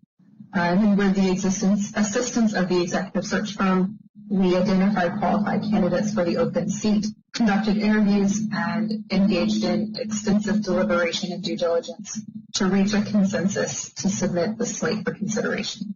Next slide, please. Just a quick note on who the nominating committee members were. We have representatives from all these sectors. I wanted to especially thank Randy Howard, who has been a member of the nominating committee since its inception, and appreciate the historical perspective and consistency that his voice brought to this process. And I also wanted to recognize Member Decker's expertise in this process as well, and the emphasis on process that she brought. We did have a number of new folks who were new to this process, and Member Decker really helped drive a process documentation as we went through the requirements of selecting a new candidate, and we've produced a document that we hope will, under her guidance and leadership, that we hope will help the future nominating committees come together more quickly and deliberately and get off to an easier start because of her commitment to that process documentation. So a special thanks to Member Decker's thoughts and contributions to this committee. Next slide, please. And with that, we, on behalf of the nominating committee, would like to put forward for your consideration a slate of 2 candidates for a term beginning July 1st, 2021 and ending June 30th, 2024. The first candidate, again, to emphasize the EIM nominating committee continues to work on a consensus basis and always strives for consensus. And we were easily able to achieve consensus on both of these exceptional candidates today. Leoka was initially appointed to the EIM governing body effective February 1st, 2020 to complete a vacated term. And we recognize that that was a very challenging time to be appointed to the governing body, and that by March we were in a complete lockdown and working virtually. The nominating committee interviewed Member Konzlioka and recognized that over the last year, Member Konzlioka has made significant contributions to date, despite the challenge of joining the governing body during the pandemic. We also appreciate his valuable expertise with reliability specifically that he gained from his time with Salt River Project and representing that utility in the various WEC leadership roles. The reliability components have clearly been a very important value add to the governing body, especially in light of a lot of the extreme events that the West has been experiencing of late. And the EIM nominating committee easily reached a consensus to submit Member Konzlioka for reappointment to the governing body. With regard to Jennifer Gardner, Ms. Gardner, the nominating committee is pleased to put her forward for nomination. Ms. Gardner is an attorney and independent with over 10 years experience in the electric power sector. Ms. Gardner is universally known for her market knowledge, commitment to learning, and building a collaborative working relationship with all stakeholders. In 2020, Ms. Gardner founded Envision Energy, an independent consultancy providing guidance and expertise in the areas of wholesale electricity market design and governance, renewable energy procurement and deployment, and distributed energy resource integration. Previously, Ms. Gardner spent 5 years with the Western Resource Advocates, an environmental nonprofit headquartered in Boulder, Colorado, where she directed the work of the Regional Energy Markets Program and advocated for market frameworks that can provide decarbonization solutions for the Western power grid. Ms. Gardner also served on the EIM Regional Issues Forum and the EIM Governance Review Committee and the EIM Nominating Committee for previous EIM governing body appointments. Indeed, Ms. Gardner was the last person to represent the nominating committee before the governing body in the last selection of members. Ms. Gardner received strong consensus support from all members of the nominating committee, and we are pleased to put her forward for consideration today. And with that, that ends my formal presentation, and I'm happy to answer any questions. Well, thank you, Pam. And as I mentioned earlier, you're chair of a lot of these committees. But thanks for your work on the nominating committee. And under your leadership and as you mentioned with Anita's guidance, you're going to have the process documented, because I know I've served on it, and it seems like we reinvent the wheel every time. So thank you for your work on that. And at this point, I'd like to open it up to the governing body members with questions specifically for Pam. Did we lose Carl?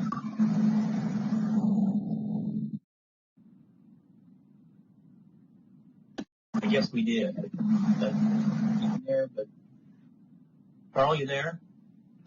Rita? Yeah, I saw it. Can you hear me? Okay, yeah, okay, you're still on, Carl? Yeah, okay, I'm glad you can hear me. I'm having power and internet problems at my home, so I may drop in and out. And so I just want to say I support these candidates in case you lose me. But go ahead, guys. Thanks. Anita? I just want to definitely do a shout out to this entire committee. They really did a lot of good discussion. They did, as near as I could tell, a lot of really good outreach.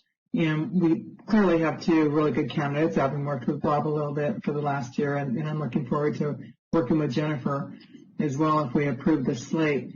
I really want to give a shout out to Pam. She is short-selling her contribution to kind of crafting this process so that we don't have to start over each time. But I really want to just also comment to the whole committee. Really had great discussions.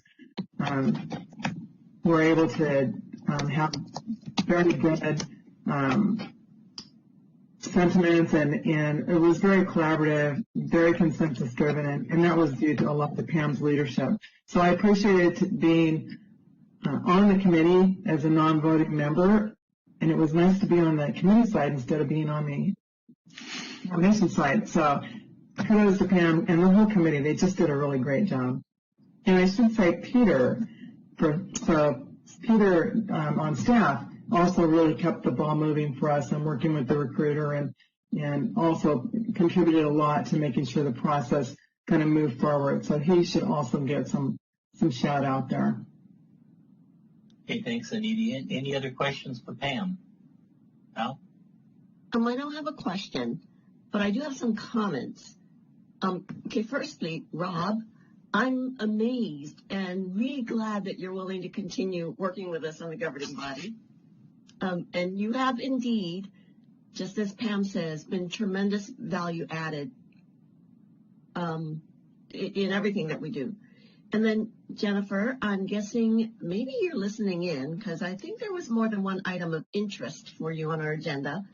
Welcome to the governing body, although we haven't actually voted you in yet.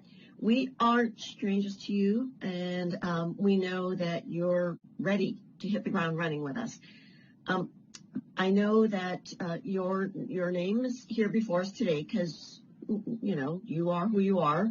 But I also know that it was a very competitive slate of candidates. And I do want to extend a thank you to anyone who's been interested in being on the governing body. And please maintain your interest because things happen every year with regard to our makeup here.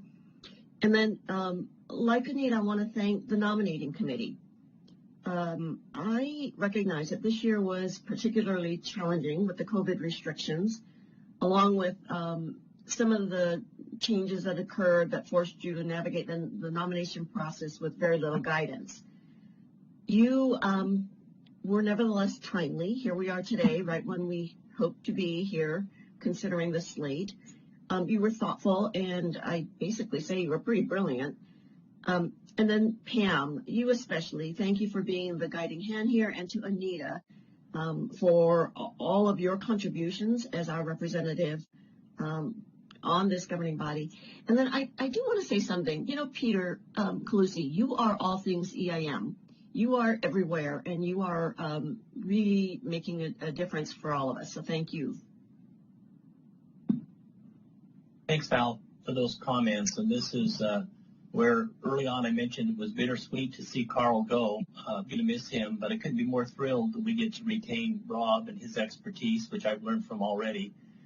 for another 3 years. And of course, Jennifer, we've all worked with Jennifer since we started. Back when this governing body was stood up, I remember just going into some of the presentations she made, and I was just in awe of what I learned as she, particularly talking about governance, among other things. So I'm just thrilled with both of these. So I think now what we can do is go to any public comment on this slate. Operator? Once again, to enter a comment, please use the Webex raise hand icon located at the bottom right corner of your screen, or press pound 2 on your telephone keypad now. At this time, we have no callers in queue. Okay, thank you, Operator. And unless there's any other discussion amongst the governing body, see any hands raised? Roger. Okay, thank you, Chair Prescott. Move that the Energy Imbalance Market governing body reappoints Robert Konziolka and appoints Jennifer Gardner as members of the Energy Imbalance Market governing body, each for terms beginning July 1, 2021 and ending June 30, 2024. Have a motion, please. So moved. Thank you, Anita, and second. I'll second. Okay, thank you. And Member Decker, your vote? Yes. Member Fawn? Yes. Member Konziolka? Roger, clarification. Should I be voting on this since I'm including the motion? You're entitled to vote, but you can't vote no against yourself. So you're absolutely entitled to vote. Okay. Yes. Member Linville? And you're yes. still, you tried to escape before, but it didn't work. You're still to the end of the day. So, and Member Prescott? Aye. Excellent. Thank you, governing bodies, and thank you for enduring my frivolity. The motion passes, and I'm sorry to see you go, Carl. Very excited to have Jennifer on board, and happy to see you coming back for us. Okay. Thank you, Roger, and everybody for all your work on this, and excited to go forward. Well, the next item, I think you're queued up to start it, Roger?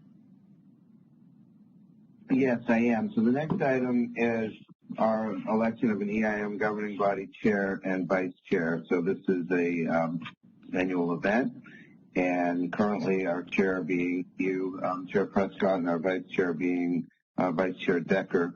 And it is up to the governing body to nominate replacements for each of those positions. Well, if it's okay, I would like to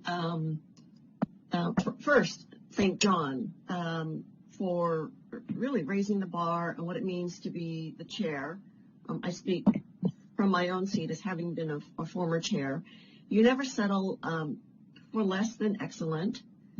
And you put your heart and soul, sorry about my dog, and you put your heart and soul into making sure that the governing body is well represented, that our stakeholders are heard, and that the market remains healthy. So I have to thank you very much for this past difficult year during the time of COVID. Then I'd like to nominate Anita Decker. And it's not just because it's traditional to move the vice chair in. I think Anita is going to make a fantastic chair. I would like to nominate Anita as our upcoming chair. Do I have to do a nomination for the vice chair, or do we just do one at a time? You can do them together. Okay, then I would love to also nominate. Well, I do nominate Rob as our vice chair. Okay. Any other nominations from the governing body? Any other nominations from the governing body? Learned that in the co-op world. Okay, so we do have a nomination. I just want to say, thank you, Val. It's been a lot of fun, a lot of work, but it's very rewarding in this position. And one thing that we decided early on when we stood up the governing body is we wanted to rotate leadership at least yearly. I think it's important to get different perspectives and new ideas in the leadership position. So that's why we agreed to do it annually. So I guess, Roger, you got our nomination. Do you step us through the voting? I absolutely can. So we move that the EIM governing body elects Anita Decker to serve as chair. We do have the public comment just for the decision. Oh, sorry. No, thank you, Dave. So excited about that. Let's go ahead to see if we have any public comment. Once again, if you would like to make a comment, please use the WebEx raise hand icon located at the bottom right corner of your screen. Or if you're dialed in, please press #2. At this time, we have no callers in queue. Hey, go ahead, Roger. Okay, take two. Sorry about the overzealousness. Move that the EIM governing body elects Anita Decker to serve as chair of the EIM governing body pursuant to Section 3.3 of the Charter for Energy and Balanced Market Governance, effective July 1, 2021 to June 30, 2022, or until such time thereafter as the successor is elected.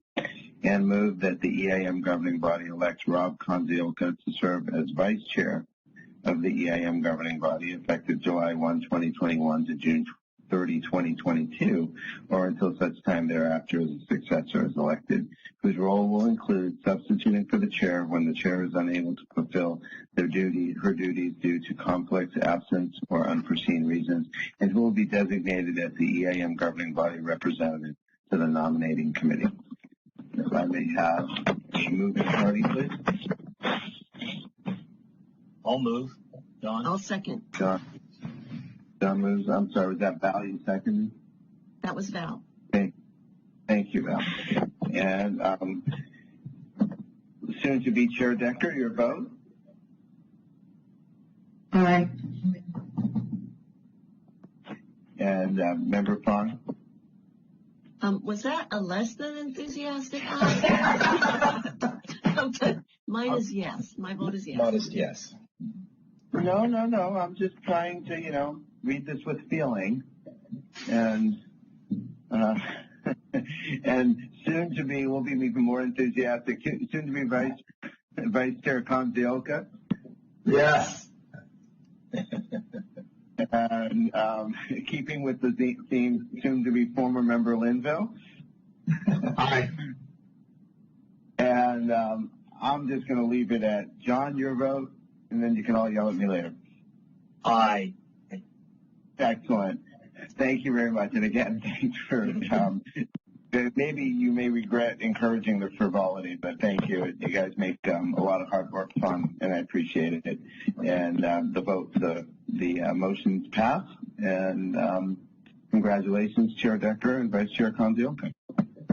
Thank you. Okay, thanks, Roger. And yeah, congratulations, Anita and Rob. You got the full support of the governing body to help you. And with that, I think Elliot might have had some comments he wanted to make. So is Elliot Mainzer on?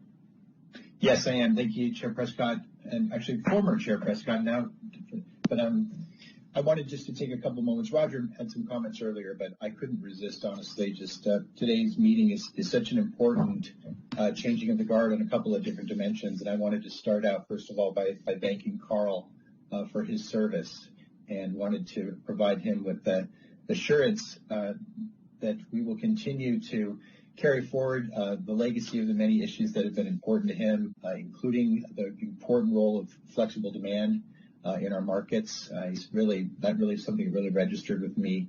And also we will continue to strive to make the energy imbalance market a more perfect market as we move along. So thank you for your contributions. We're going to miss you. It's been wonderful. And then certainly to have Rob reelected, Member Konziolka, your diplomacy and your insights, your wisdom has just been really, really important to me in recent months. Really, thank you for helping us navigate some really difficult issues. It's been very helpful, and thank you for all your insights. I'm really happy to have you up for another term. And of course, we're looking forward to working with Jennifer. I know she's going to just bring another fabulous perspective to the governing body and lots of insights.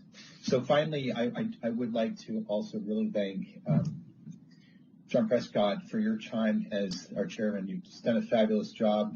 John, you and I have known each other for a long time, and your professionalism and your commitment and your willingness to provide, really direct feedback and make sure that all of us at the ISO understand the stakes and the importance of continuing to build relationships and listen has just been super important. So thank you so much for what you've done as your time as chair. And then, of course, to our new chair, Anita, really happy to see you in that role now. You, of course, always, I've sort of a couple adjectives that I've always used to describe Anita, sort of fearless, very direct, intellectually honest, and we need plenty of that. So I think just in conclusion, I think we know that this is an important moment for all of us in the West. Relationship building and trust building are so important. And just listening to the conversations today and the way that all of you have involved so many of our stakeholders, the importance of listening and continuing to build on all of the successes we've had together in recent years. Those are very important to us at the ISO, and I just want to thank you all so much for your service, and we look forward to continue working with all of you here in the months and years ahead. So thanks very much. Thanks, Elliot, for those kind remarks. And we're all in this together. We're here to make a great market even better. So lots more work to do. Thank you. Okay.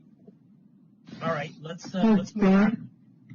So I was just going to make a comment. My hesitation on the yes for I'm honored to be chair.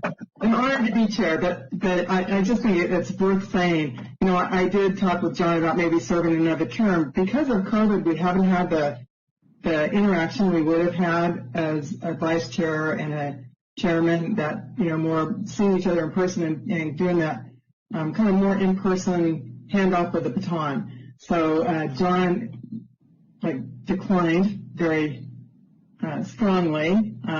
So I know that I'm going to have some gaps just because I didn't have that chance to really work with him in the same way we would have had we been meeting in person. So I'm excited to be the chair. I thank you, my colleagues, very much for the vote of confidence. And I know John's still going to be there, which is good. But that was what you heard in my hesitation. Yeah, I'll be here as long as you'll have me. Thanks. Okay. Now, should we move on? Okay. On to item number 10. It's the briefing on EIM implementations, and Mark Rothleader, you're up. Good afternoon, Chair Prescott and governing body members. I too would also like to express my appreciation for governing body members Linville's engagement, sage industry advice, and really wise leadership over the years. I look forward to the opportunity of continuing to collaborate with Carl in various industry forums. And congratulations to Chair Decker and Vice Chair Kanzioka. I look forward to working with you in your new capacities, and thank you for your leadership, Chair Prescott. I'm here to give you a brief implementation update. If you want to move on to the next slide, please. Update on behalf of Khaled Abdul Rahman, our Vice President of Power System and Market Technology, and our executive overseeing all EIM implementations.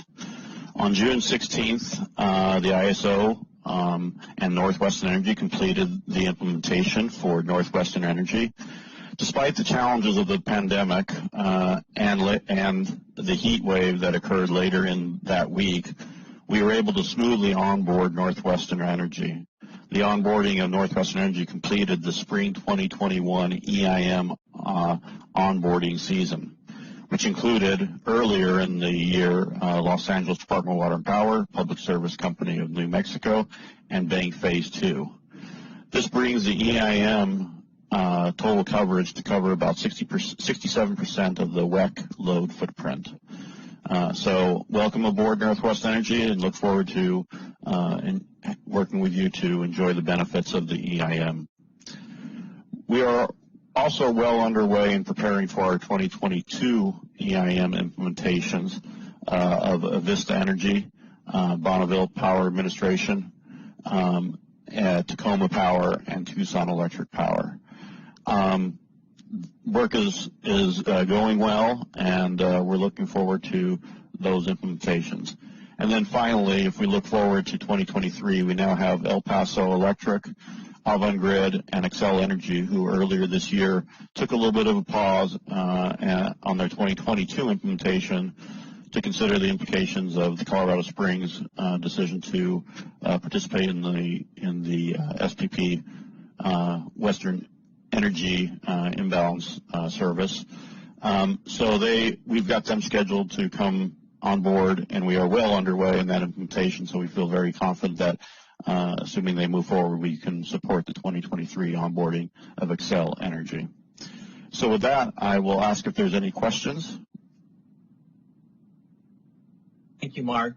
Just maybe I didn't hear it, but Turlock Irrigation District also came on board. Yes, Turlock Irrigation, and sorry about that. Appreciate that. That's fine. Thanks. Okay, governing body, any questions for Mark? Okay. Again, welcome to all these new participants, and just going to make the market not only broader but better. So thank you, and also a note to these new entrants that we as the governing body are ready to serve, and you can contact each of us at any time if you have questions or just want to have our ear for a while. That's what we're here for. Anita? Oh, I'm sorry. Go ahead, Anita. So, Mark, I was going to ask you, one of the comments that I heard in the ref yesterday was a concern of bringing on too many. Now, you don't have that situation. It doesn't look like in 2022 or 2023, but one of the comments was that too many people coming on at the same time, there might not be enough staff resources to go around to make sure everybody gets as much attention individually as they need. Did you have any sense of that, or is it something that you guys are kind of keeping an eye on as you go forward? Yeah, it's something we're always keeping an eye on, and we have ways of breaking it up. We have teams of staff supporting both implementations if we've got multiple implementations going on, and we can stage it slightly. For example, this year we brought some of the EIM entities on earlier, and then we staged it so that the other ones came on later. So we have some optionality in doing that, but we will always seek to work with the EIM entities and make sure that they're comfortable with the onboarding process. Okay, thank you.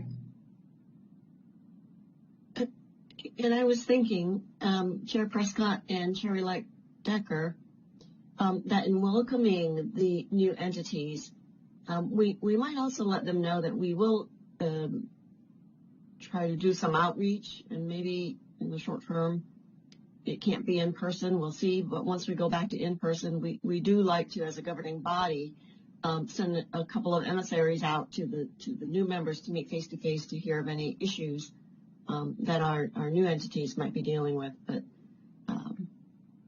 I presume we'll continue that tradition once we're able to do face-to-face meetings.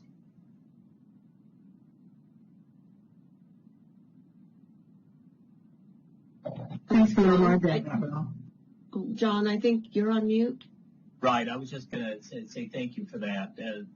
It's also a reminder that during the good old days, we actually went out. We were on the floor of the individual utility when they went live. And that was a good way to connect with really the operation of that particular utility, and that was rewarding. And so as we grow and maybe COVID releases us, we can get out and actually make that happen again. And by the way, that means at midnight and cutovers when we were there. So, but those are always the fun times I remember. Okay, anything else for Mark on this topic? Okay. Thank you. All right. Thank you, Mark. Okay, moving on is the briefing on the 3-year policy initiatives roadmap and annual plan. Greg. Good afternoon again. So I'm here to provide a quick update on some significant changes that we've made to the 2021 3-year policy initiatives roadmap and annual plan.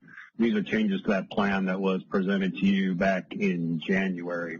Next slide, please. So let me start with, why did we change the plan? So really the primary driver was the market enhancements for the summer 2021 readiness initiative that we conducted earlier this year.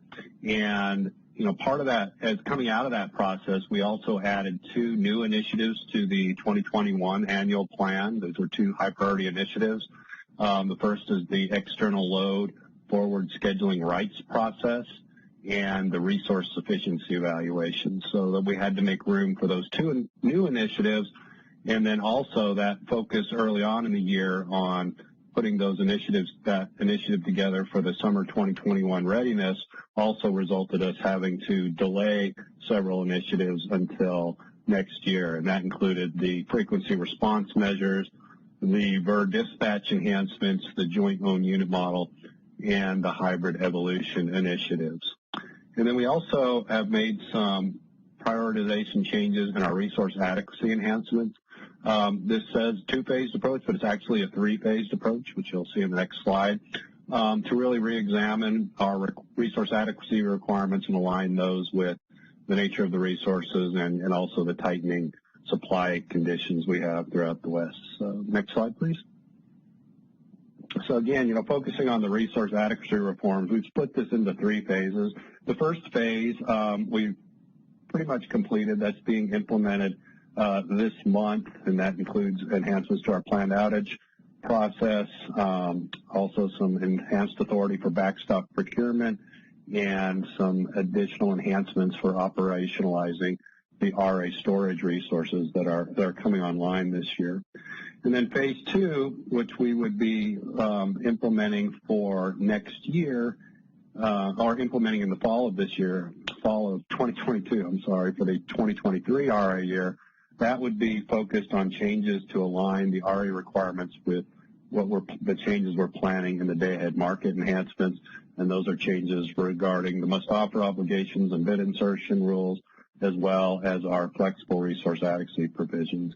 And then we're also looking at now a new phase three of the initiative, and that would be for implementation in the fall of 2023 for the 2024 RA year, and that would include some more significant changes, including going to a UCAP methodology, that unforced capacity evaluation methodology for counting RA resources to better incorporate forced outages of individual resources into the RA counting, some enhanced provisions for import resource adequacy, and also some additional enhancements to the planned outage process. But again, we're separating these out into these three phases to really stay aligned with some of the changes that are going on at the PUC level as well. So next slide, please. So, Greg? Yeah. Just a minute. So can you go back a slide? Sure. So at some point, and maybe not today, but at some point I'd like to better understand how some of these processes are going to align with some of the work that's going on in the region around resource adequacy. And the reason I'm asking about that is like how in sync or out of sync are the things that are happening in the Cal ISO versus what's happening in the rest of the region around RA. So not today, but just so you have, I'd like to better understand how that's linking up with the phases that the Cal ISO is looking at. Okay, great. Yeah, we'll look into providing that for you in the near future. Okay, and then so this is the updated annual plan. A couple of things to note. The changes here you can see will be starting that second phase of the resource adequacy enhancements. We also have on here the new initiatives that came out of that summer readiness, the external load forward scheduling rights process that is just starting out next in July. So we'll be having our first workshop on July 13th. And then we've also started the new initiative on the resource sufficiency evaluation. We had stakeholder workshops on Friday and then again on Monday of this week. So those two are underway.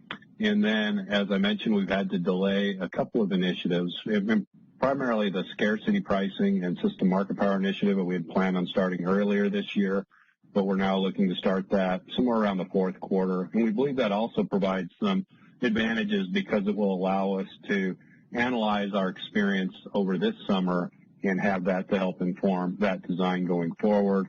And then, we're looking at restarting the details on the EDAM design as well in the fourth quarter.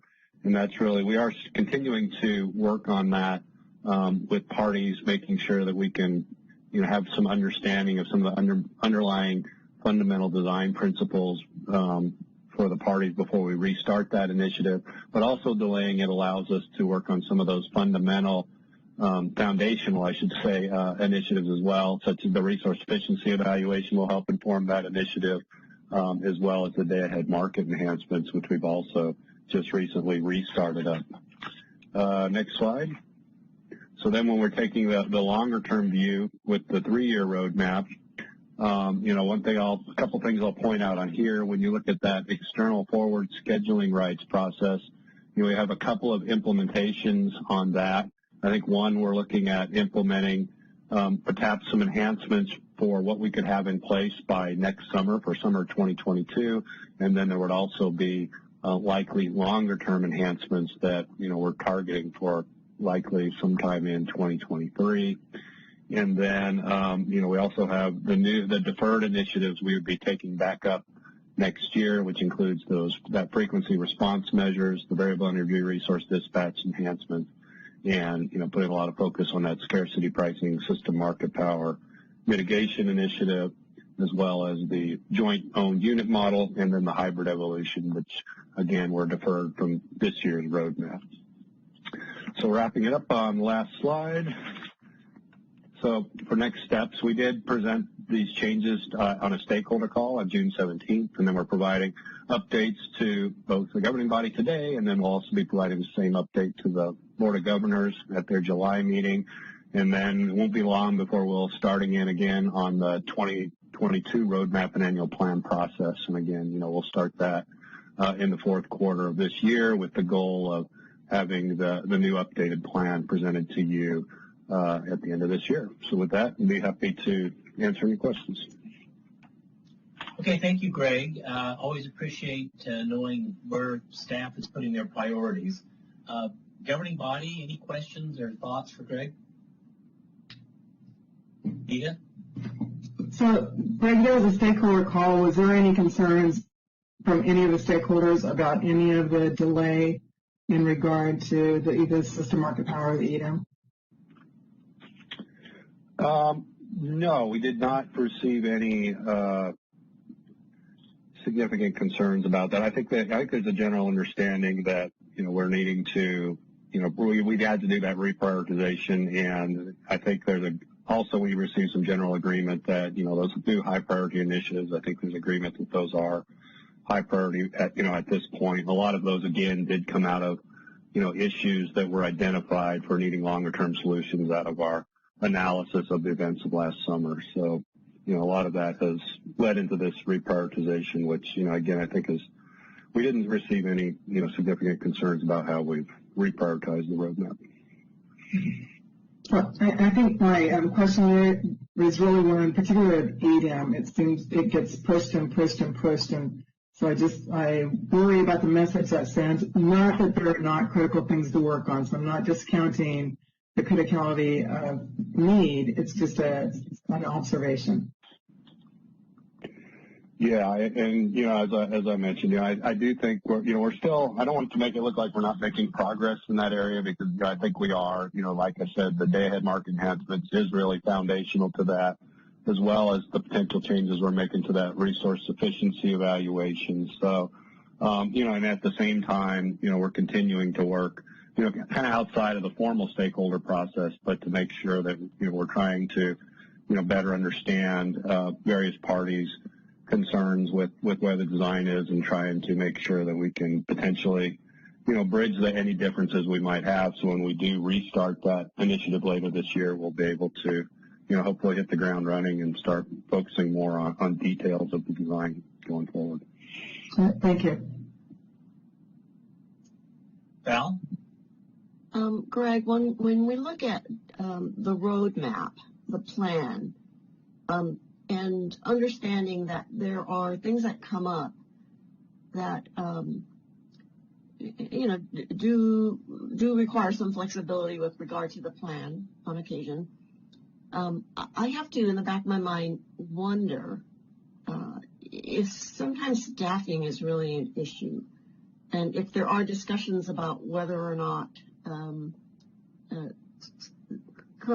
and this may be an Elliott question, but current staffing levels are adequate to actually deal with the critical issues that are in front of us. But and beyond the critical, and then the longer term issues that are in front of us. Yeah. Member Fong, I will speak to that, this is Elliot. So we are very aware of that issue. As a matter of fact, with Anna McKenna coming into her new role as Vice President of Market Policy Performance, one of the first things that she's really doing is taking a hard look at the staffing and just structural issues within her group, just given the additional stresses. We're also working with Joanne Serena, who is our Executive Director of Customer Service, to take a look at some areas there. So yes, we recognize some of the strains in the system. You know, our customer base continues to grow. The number of issues continues to proliferate. So we are looking at that. And we'll have some opportunity to discuss that with you a little bit later in the summer, but it's definitely on the list. Hey, Rob, did you have something? Yes, thank you, John. Greg, I just want to say your presentation does a good job of showing the real challenges of change and prioritizing what gets done first and what gets done second and third and what goes in order and what goes in parallel. I do appreciate being able to see that there is not a loss of vision for EIM and that you know those are being included in the initial and then secondary and third, and having really good prioritization and emphasis. I think we all want to get everything done now. And you know, Val's questions and Anita's questions certainly go at doing that. And even when you get beyond some of the other issues, you can only handle so much, and stakeholders can only handle so much. It's good that you continue to get this feedback and it gets updated and adjusted as is appropriate. I do think the big adjustments that were had to have been done for this summer needed to be done, and it now appears, at least from my perspective, that there's good ordering as presented. I just hope that we can stick to that. Well, thank you. That's good. Vice Chair Contact, this is Elliot. I'm going to offer one more thought on this. You know, just stepping back, one of the big things that we're working on just culturally inside the ISO is just generally prioritization and sequencing in general. You know, we've gotten a lot of feedback from customers, honestly, that sometimes they're just feeling overwhelmed with the sheer volume of initiatives coming at them. And we have to be really careful both on the front end and the back end to make sure that when we're implementing things, there's good quality and you know, that the number of issues and errors on the back end is minimized, and that we have to sequence these things at the same time. In the same way that Greg mentioned, you know, the background work that's going on EDAM, recognizing that. Also, we're trying to we're trying to make sure that in each of these initiatives, we're understanding the interrelationships between these different pieces. You know, for example, as we now embark on the long-term solutions around loads and exports and wheels throughs, there are clearly key design interrelationships between that issue and other issues. And so we're going to be increasingly looking at the connectivity between these different topics so that we're not building design silos in these different initiatives. So that's something that Greg and Anna and the whole team are very aware of. You'll see more of that as we roll out these different projects. Thanks. Okay, anything else for Greg? The only thing I would add, and this is just, I guess, adding on to Val's comment about staffing, and Elliot, we appreciate that you're looking into that. Anna's got the lead in that. But, you know, we're going to hear from DMM up next on an issue that we asked them to pursue. So I would want to add DMM to that look, too, to make sure that they're well staffed, because they're doing a lot of work for the EIM that they probably weren't originally staffed up for, and we really depend on them. So I just wanted to put that out there. No need to respond, but I think it's important. No, quite registered.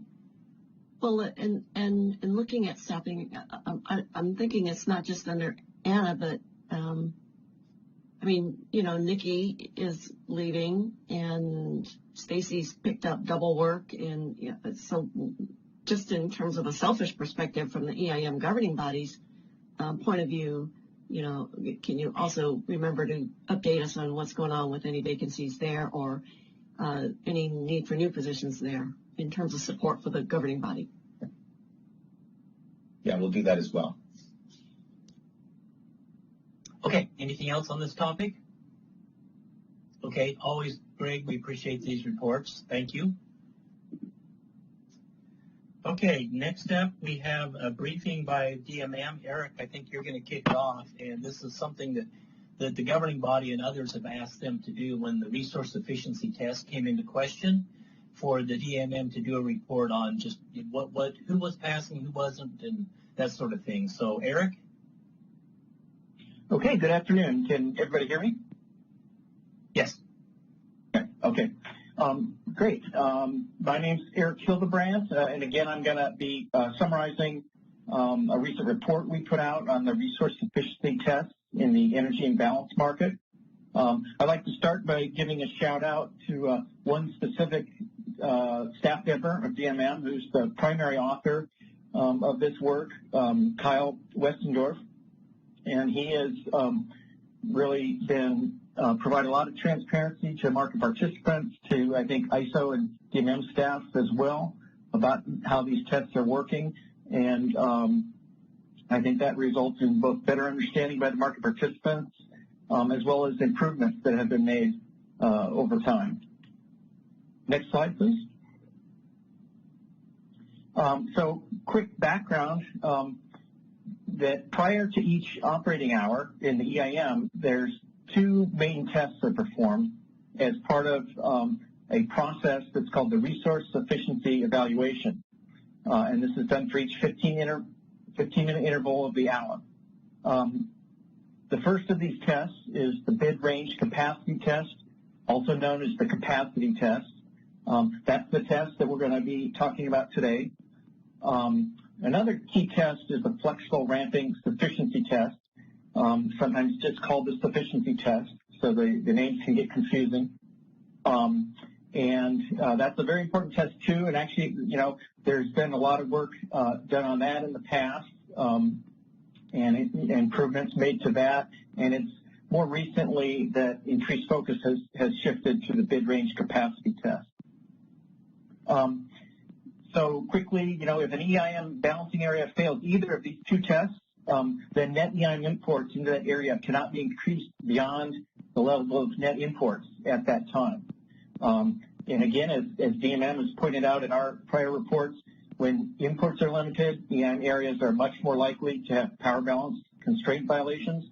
And when they have power balance constraint violations, prices often hit the $1,000 bid cap, or potentially now a $2,000 bid cap.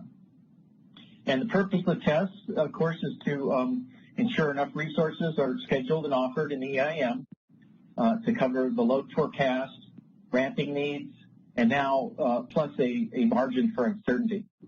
And another goal is to deter excessive leaning or intentional leaning by one EIM area for capacity on other EIM areas or collectively.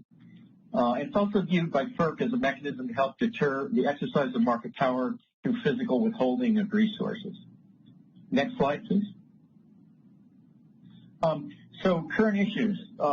Starting off, that as you may recall, after some of the analysis done in the wake of the heat wave last summer, it was discovered that there were errors being made in the capacity test, the bid range capacity test.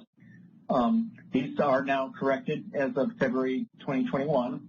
And in short, the effect of these tests was the big error was it was counting capacity that was on outage. So clearly that would overestimate the supply and cause areas to pass the test when it may have failed, if the test had accounted for the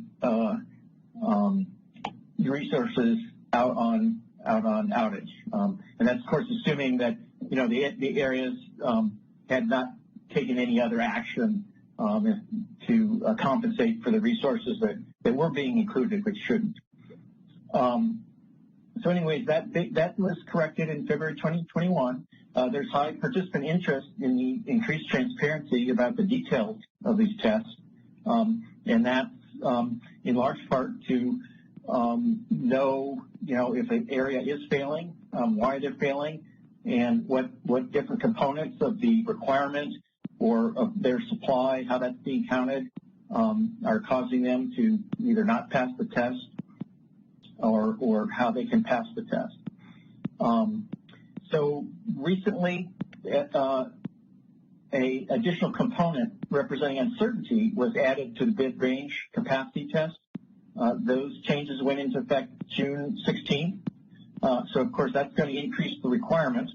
So the correction of errors can reduce the amount of supply that's available to meet the test, and at the same time the requirement has been increased as of June 16th. So in the initial, they announced this today is really from 2020, so it's really looking back at 2020, but initial findings are that after the uncertainty component has been added, there's been a relatively small increase in the number of failures, and we're hoping that could just be kind of learning issues where entities are getting used to the new uncertainty component being added to the requirement. There's an ongoing stakeholder process to consider changes in the calculation of the available bid range capacity and the flexible sufficiency test. So I think, part of the purpose of the report is to provide information that participants and the ISO can use in that stakeholder process. And one of the issues being looked at is to change the consequence of failing the test. For some time, DMM has suggested that that it consider, instead of limiting imports, perhaps some other consequence, such as a capacity charge, but rather than limiting imports, precisely when a entity or area may need those the most. And then finally, we do think the changes being considered now are important because I know DMM feel that there's kind of going to be some equivalent of the bid range capacity test and the flexible test in the extended day-ahead market. So presumably the changes that are made in the real-time requirements would be reflected in the day-ahead market as well. Next slide, please. Okay, this next slide shows an example of some of the analysis in our report. And it's a lot of information summarized. So this is one way that Kyle came up with for summarizing by balancing area, by time. This chart goes by month, but you can have a version that goes by hour. And it really highlights the frequency that different balancing areas are failing the test. And it can be color-coded there to highlight frequencies which, would be, I guess, more excessive and you might want to focus in on. So these are, let's see, this is an example of a backcast, essentially going back, assuming participants, bid the same amount of capacity and no change in the scheduling or bidding of participants, but assuming that and going back and correcting the errors that were made in the calculations,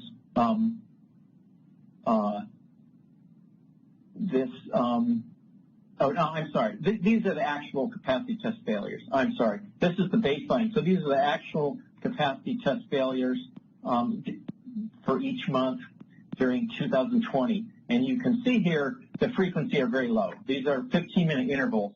So out of a whole month, you can see that for pretty much every balancing area every month, there were very few failures of the bid capacity test.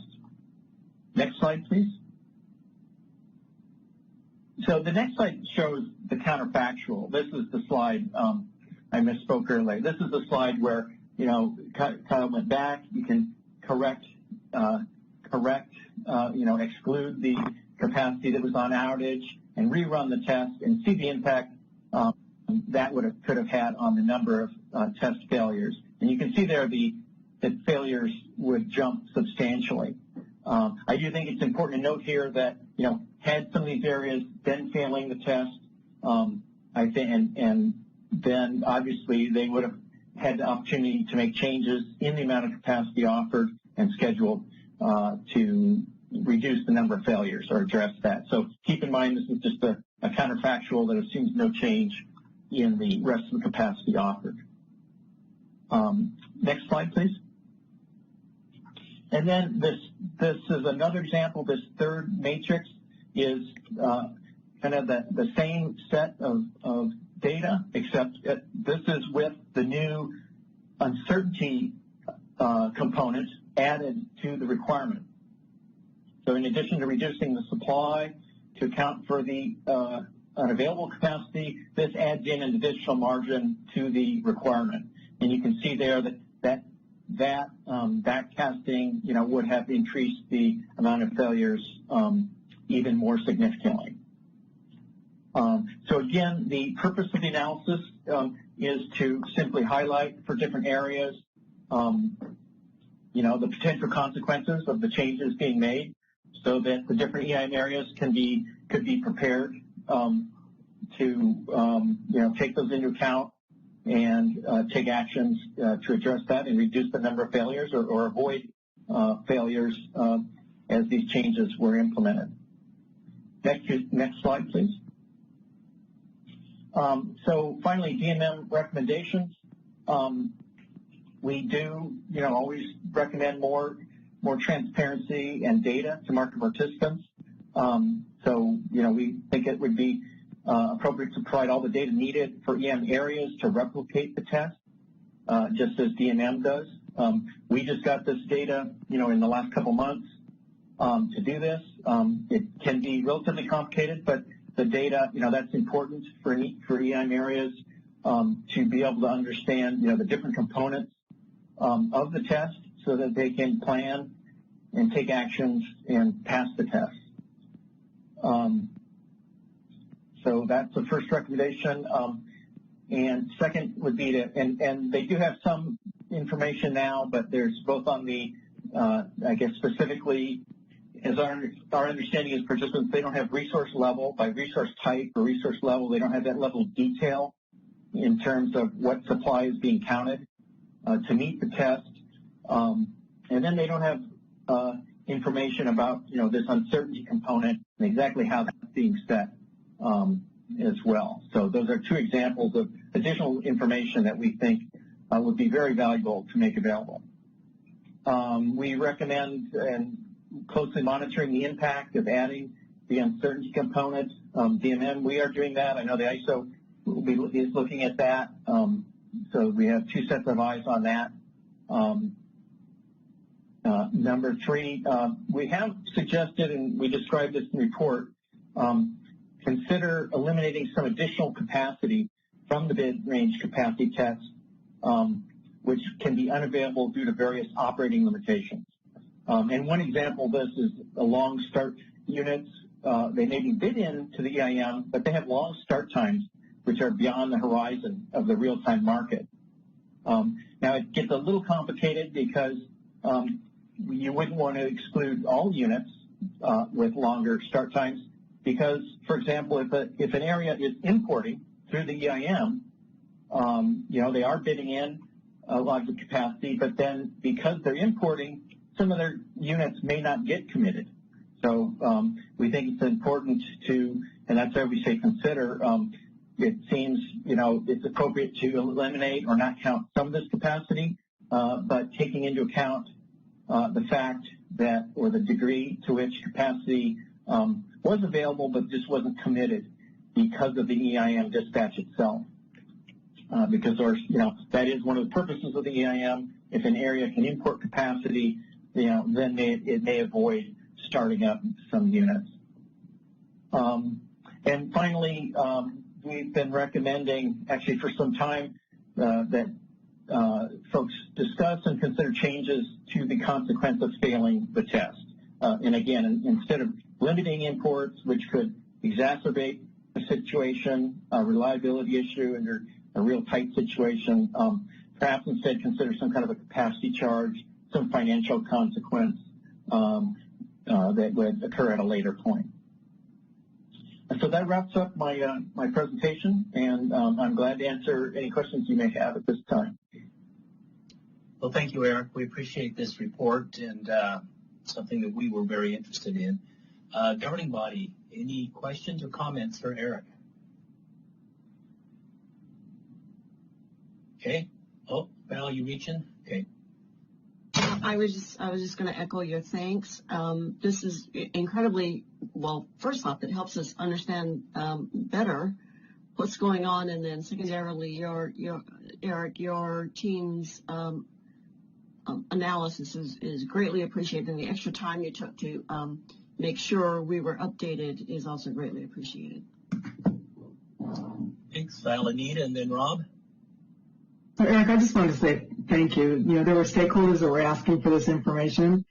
Here it is. I don't know if there's a demand or a request for you guys to do some kind of workshop on this for the different stakeholders, but I thought this really provided a lot of information, and well done, and thank you for closing the loop on this for us. Okay, and then Rob. Eric, yeah, let me echo the sentiments there. Thank you. Really great work. I think this is very helpful in better understanding where we've been and what we're faced with. Your last recommendations, I think, is really good. And you know, when you look at someone is in trouble or short on resources, you really want to limit imports to them, and trying to find other ways of incentivizing them to be in a better position is certainly something that absolutely needs to be considered. Could you expand a little bit on the area of your third bullet, eliminating some additional capacity from the bid range capacity test? What are your thoughts there? Are you looking at making adjustments on just the calculations, or just not including certain types of units at certain points in time, or coming about this differently? Because you know as well as anybody else, the whole point of this was to make certain there were more operating resources available, and that there was that right balance, that everybody was having this strong foundation at which to begin the market. And so these changes that were being looked at were there to reinforce or improve it. And so this might be perceived as a little different. So if you could just explain a little bit more on that, I'd appreciate that. Okay, well, the principle would be, well, I'll use an example. So basically the error that was made, what was being made previously, was that the test counted capacity that was bid into the EIM, but it was then declared on outage, you know, with an outage card or a D rate. So that's an example. You know, clearly that capacity, you wouldn't want to count that in the test because it wasn't truly available because of, I guess you could call an outage an operational constraint. So I think our point is there's some other operational constraints, start times, manual dispatches, you know.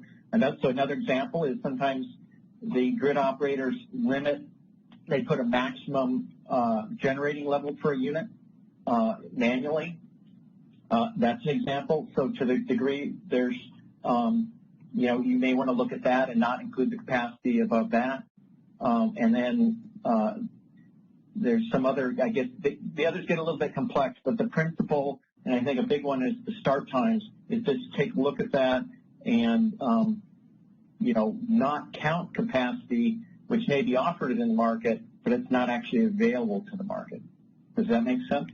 It does. So Eric, in other words, by taking this recommendation, it would then require other resources to be available to pass the resource efficiency because these don't count. Yeah, that would be the consequence. That would be just like the correction that was made, it would affect the available supply that's being counted towards the requirement. Thank you. Excellent. Anything else from the governing body? Okay, I think Elliot had a question. Yeah, Eric, thanks a lot for the work on this. I had one question for you. I know one of the key things that we wanted to make sure we were accomplishing at the ISO was answering any of the questions from stakeholders that were specific to the ISO's performance on the sufficiency test last year. That was really critical wanted to make sure that those issues were resolved. Are you seeing anything else outstanding, either within the DMM or any other stakeholder questions that we still need to address, or do you think we've reasonably covered that at this point, and we now turn to these additional questions about consequences? Where are we with respect to that dialogue from your perspective? Well, we did start by looking at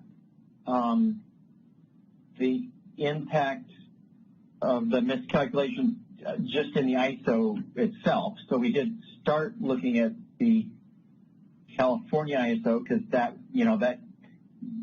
the area in which there were shortages and curtailment. Yeah. So we started with that, and this report expanded that and looked at all the other EIM areas. So, I don't want to say there's no issues with the tests outstanding, but nothing significant.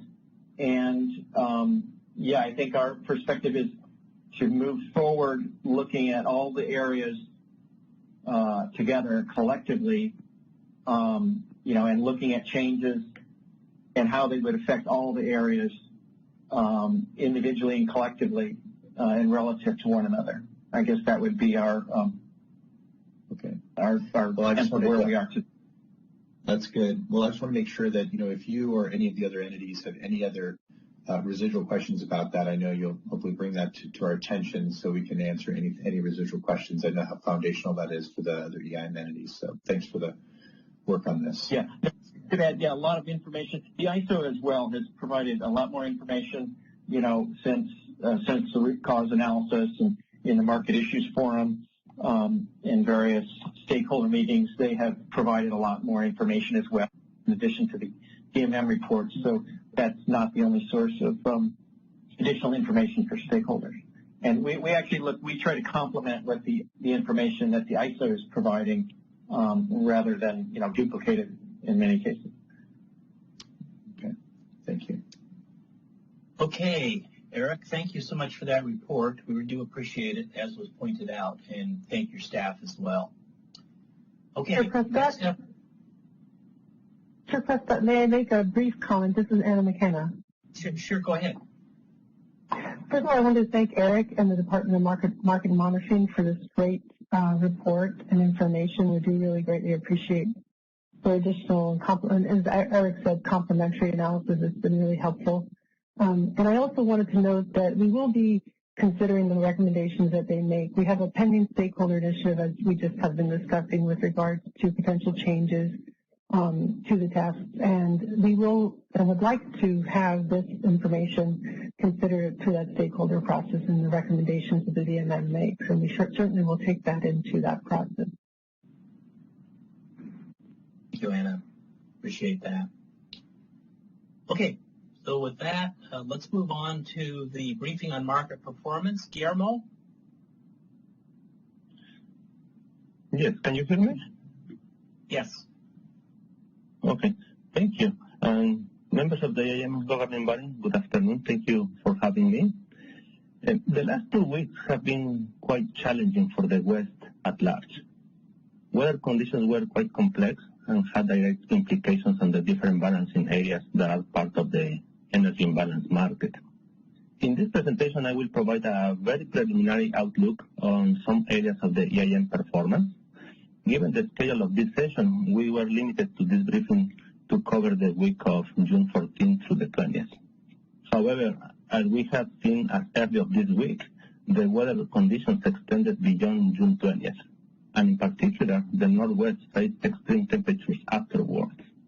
Due to the timing of this presentation, we are still analyzing within the original week of June 14th.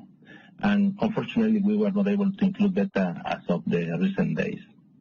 We are coming out of this wave now, and we will be able to see in a wider context, in a longer period, how these high temperature conditions play a role for all EIM areas. And we will be glad to provide a further briefing once we have all this analysis completed for the longer period of time. Next slide, please. About a week in advance of the June 14th, we started to see some projections that the week of June 14th could come with a high temperature in the California area and in general across the Southwest. As we approached that week, it became more evident that there was a heat wave coming in and that there would be record-breaking or actually near-record heat expected to go into Arizona, California, New Mexico, Nevada, Colorado, Utah, and even in some areas of Montana and Idaho. As California experienced and passed the excessive heat during the week of June 14, Washington and Oregon were expected to see record-breaking heat on that Sunday and Monday. High temperatures subside a bit for the Southwest afterwards, but then there was a new projection of historic high temperatures through the Pacific Northwest just for this last weekend and early this week. Now that this period is settling down, we will be collecting and analyzing how the load peaks were for all the EIM entities, whether we have any records broken for the loads in these areas, how our forecasts perform on these days. When you reach these extreme levels of temperature, naturally we reach levels of saturation, and that is where the forecasting can start to have some problems to get a good estimate of the conditions. We will be glad to provide a further update in a future session if you request. Looking only at the week of June 14th through June 20th, California peaked on June 17th at about 41,300 megawatts, while the day ahead was projecting as much as 43,000 megawatts. This is seen with the line in blue. The other trends show in aggregate for other non-ISO balancing areas in California that now is comprised of LA, TID, and Bank. And we also have an aggregate for the southwest of the EIM, that is Arizona, SRP, and Nevada. And the rest is what we consider the northwest of the EIM. And you can see that for the southwest, the loads increase in a similar fashion to what California experienced, effectively going up all the way up to June 17, while the north remained relatively at similar levels through that week. It doesn't mean it was not hot, it means that it was sustained through the week. Next slide, please. One variable to see how the EIM worked during this period is to look at prices. This shows the daily average values per EIM area. All EIM areas have been grouped in two main groups, Southwest and Northwest. And as the trends show, prices in these two areas track relatively close. For reference, we include prices for SCE and PG&E DLAP areas that are the southern part and the northern part of the California balancing area. As you can see, average prices are overall under $35 per megawatt hour. Northern California entities track closely with the PG&E area, while the rest of the Northwest areas such as PAC, Puget, Portland track at lower prices in the critical days of June 17 and 18. Prices in the Southwest areas are actually trended higher at the beginning of the week. And that was really not related to the increasing temperatures, but mostly related to congestion management in the system-wide area. We also look at the bilateral prices for our reference from vendors like ICE. And we saw that the hub prices, for instance, for NOP, Palo Verde, and Mid-C also saw quite dramatic increases. Some hubs indeed exceeded the $1,000 per megawatt hour in these external bilateral trades. Next slide, please. A different view of prices is the hourly profile. This illustration shows the hourly average price trend for each EIM entity. Naturally, we see prices trending upwards through the evening ramp and during the peak hours, reflecting naturally the load conditions. For specific intervals and entities, we see the prices to reach in some cases the $1,000 per megawatt hour. For reference, we also include the DLAP for the southern part, that is with SCE, and the northern part of the CAISO system, that is PG&E. And you can see that all of them track closely within a certain range. Next slide, please. Another area is the resource efficiency evaluation. And similar to previous presentations that we introduced the results for the resource efficiency evaluation, this matrix summarizes the results of both the capacity and the flexible ramping test. And as Mark indicated earlier today, on June 16, Northwestern Energy went live on June 16.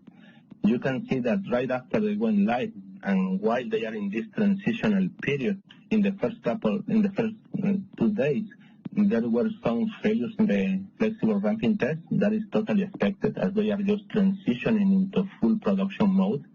But after that, it has been quickly adjusted, and they have been passing the sufficiency test in a very high passing rate. In general, you can see that there are different levels of passing the capacity and the flexible ramping test. In particular, you can see, for instance, that CAISO has about 3 intervals of capacity test failures on the critical day of June 17. That is the left-hand side with a 96.9% of passing rate. And it also had 1 interval with a failure for flexible ramping sufficiency test. That is the matrix on the right at 99%. And there are other areas that fail either or both the flexible ramping capacity test or the capacity test. This is a view on a daily basis. There are different ways to see this information. When we analyze, for instance, the outlet profile, we can see that the majority of both the capacity and the flexible ramping failures happen around the peak hours, and that is expected. That is when really we are tightening the system conditions, high loads, and limited supply, and naturally we would expect that this would be the prime time for failures to potentially occur. Next slide, please. One of the main attributes of the EIM market is the benefit of realizing economic transfers. These are based on system-wide economics and overall available capacity. One area with high demand conditions can access surplus capacity in other areas, and that is really the main feature of the EIM market. This illustration shows the transfer related to the California balancing area. A negative value means an import transfer into California. A positive value represents an export from California. Typically, CAISO balancing area has plenty of generation in midday hours, and CAISO exports transfers to other areas. As we moved into high temperature days, like those of June 17 and 18, CAISO area had predominantly import transfers coming either from SRP, Arizona, Nevada, and LA. CAISO exported transfers most of the time to the smooth balancing area. That is the positive portion in orange. There is a very interesting interaction. The illustration points to the EIM area that transfers to the EIM area where the transfers are passing from. However, it doesn't necessarily mean it is that area where the energy is originating. We have seen the trend for all EIM areas for this specific period, and we have observed that Arizona, SRP are areas directly connected to CAISO, and thus energy from further away areas naturally have to wheel through these areas to reach the CAISO. We see for these days energy coming indeed from PAC East, New Mexico, and even from Idaho, and they have to wheel through Nevada, Arizona, and SRP. That being said, there is still a portion that is originated basically from SRP, Nevada, and Arizona. As we come to the end of the week, June 20th, you can see the EIM transfer trend becomes more typical. Effectively, we start exporting power in the middle of the day, importing lower levels in the evening. We also check for the weekends of June 20th and 27th, and we can see northwest areas such as Puget, Portland, and Seattle are leveraging on the EIM transfers when an area is under tight system conditions. Overall, I think this shows that the additional flexibility that the EIM adds to the balancing needs of all areas is by leveraging the diversity of conditions and be able to tap into additional supply that is available in other areas. Some of them far remote areas that can be wheeled through adjacent areas to the balancing area. That's all what I have for this briefing. As I indicated earlier, this is a very preliminary outlook for a very narrow window of June 14th through the 20th. Now that conditions are settling down across all the EIM areas, we are just coming out of the wave of the Pacific Northwest. We will have an opportunity to further analyze the conditions and performance across all the EIM areas. And we will be glad to brief this board in a future opportunity of this whole heat wave. Thank you for your attention. I will be glad to answer any questions you may have. Well, Guillermo, thank you for this this fascinating information, and we look forward to looking at the other systems. Being a resident of the Northwest, it'll be very interesting to see what you find for the period of time that we suffered the high heat over this last week. So, governing body, any questions for Guillermo? Nita?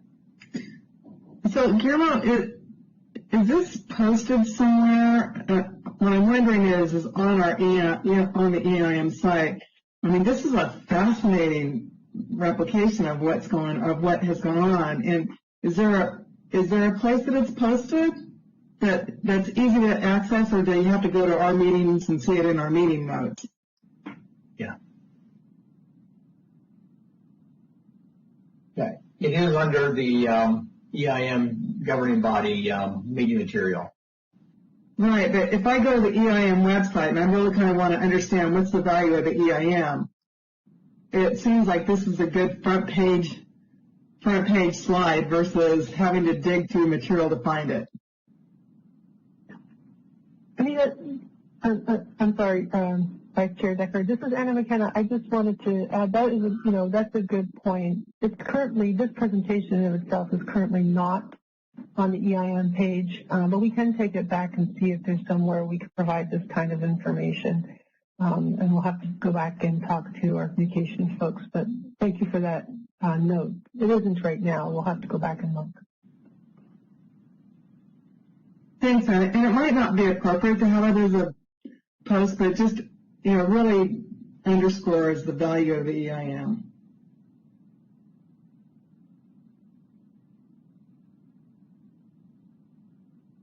John, you're on mute. Oh, I'm sorry. I just wanted to say we'll definitely take that back and see how we can make this information more readily available. Okay. Thank you, Anna. Rob? Yeah, Guillermo, great information, especially on short notice. And I know you said this was preliminary, but as John and Anita noted, it's really great, insightful information. And I'll say this much, and it's still only telling part of the picture. I understand during this week that the transfers from the Northwest to the Southwest occurred as scheduled, and I understand that they were not interrupted, so the wheel-throughs took place. And the other issue, even though we're showing a large amount of imports from the desert Southwest into California, were predominant, but there were times when there were some unit outages and imports needed to be increased to compensate for that occurred, and that there was excellent coordination or very good coordination between all the VAs and meeting load. And I tell you what, I think that's a really good story, for the West to have this kind of a heat wave and to have very good performance. I think if you could comment just a little bit on the volatility of the LMPs. You have some notes in here. Was there anything in the range of LMPs, even short terms, that caused any concern by you, or did what you observed kind of fall into the category of what you would say as expected range? Thank you for the question, Member Robert. I would say, based on the information that we have so far analyzed, this would fall within the expected ranges. It's not very frequent, but it's not unusual to have temporal conditions that may create these conditions of high prices. Typically, these are reflections of temporal limitations on the ramp capability of the system. It doesn't mean that there is not sufficient capacity. It's a matter of how fast the market and the system can access that capacity. And from time to time, you may observe 1-2 intervals in which that invisibility occurs. And that is when really the price may reach the $1,000. That is quite mitigated by the fact that we have such a wide EIM area that now you can leverage on the transfers before reaching that level of invisibility or scarcity. And this is, again, one of the benefits of the EIM that really taps on any surplus capacity across the wide area. So at this point, the prices are looking, based on the conditions that we observe, within the normal range, and we will further report as we continue to analyze this data. Thank you. This is Elliot. I'm just going to provide one more piece of response. I appreciate the fact that you guys find this information so helpful. So in addition to maybe trying to find a more permanent place for this and type of information on our EIM site, we may kind of huddle back, particularly just given that this is kind of fresh information, that maybe we'll use our new ISO Energy Matters blog and do a little story on it, give it a little bit more visibility, kind of get it out there. It's a good story to tell. And I think, Anita, to your point about just demonstrating the value and the way that we're able to work with each other and kind of help each other out. I know just the last couple of days we were a big net exporter of the Pacific Northwest as they really grappled with the super high temperatures. So we'll take something and do something with it and get it into your hands as well. So thank you for the feedback. Great. Look forward to that. Any other questions for Guillermo from the governing body? Okay, so I think what we're going to do, we've had 4 presentations. Let's open it up for any final public comment before we move on. So, operator, do you want to open it up one last time for public comment? Sure. To enter the queue for public comments, please use the WebEx raise hand icon located at the bottom right corner of your screen. You will hear a beep tone when you are unmuted. If you're dialed in via the phone only, please press pound, then 2. You will hear a notification when your line is unmuted. At that time, please state your name and affiliation.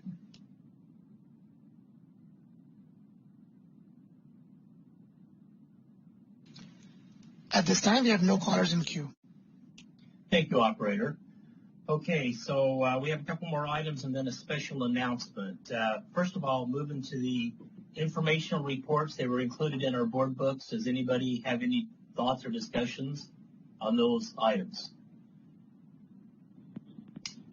Okay. John, this is Rob. I just want to say, even though that I don't have any comments or questions on the informational reports, I appreciate them. I'm certain others do as well, and they're very good to have in there, and I find them helpful. Good. Yeah, just staff needs to know that even though maybe we don't discuss them, I know we all read them, and there's good information in there. We track our budget, and there's just knowing what's coming up on the future meetings is very helpful to us. Okay, and then the next item on our agenda is any future agenda items. Anybody have anything now they want to consider in future meetings? Okay, hearing nothing, I'll go on to the special announcement. And that is, our viewers may be wondering why we have casual Hawaiian attire on today. And there's a reason for that. And that is, just recently, the Board of Governors member, Severin Bornstein, was interviewed for some industry organization. And he reminded everybody that back in the summer of 2011, right after Fukushima in Japan, Japan declared that summer the Hawaiian shirt summer. And the reasoning behind it, of course, is they were trying to conserve energy because they were very, very short, obviously. And to do so, you turn your air conditioner higher, 82 degrees or so, and you wear shirts and attire that they would wear in Hawaii. And I know Val could probably identify with that, being from Hawaii.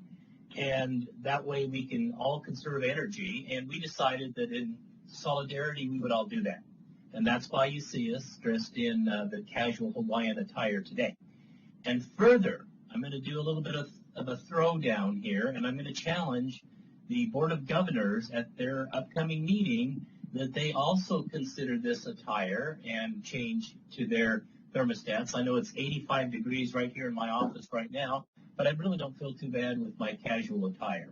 And that would also extend to the Cal ISO staff to maybe take a cue from what they did in Japan in 2011 and try to be a little more casual and see if we can conserve energy. So that's the reason we're dressed like this. Anybody have any final comments or anything for the good of the order? Val? Maybe just to say, Carl, it's a little sad to be saying goodbye to you on this podium, so to speak, but anyway, or dais. But anyway, we'll look for you out there. Hear, hear. Well said. Yay. Thanks, Carl. Thank you. Okay. Thank you all for an exceptional meeting today. Appreciate it. Yeah. Thanks, Elliot. Thanks to your staff. Thanks to all the people that attended our meeting. So with that, we are adjourned. Great. We are. Thank you, John. Mahalo, I should say. Mahalo. That concludes our conference. Thank you for using Event Services. You may now disconnect.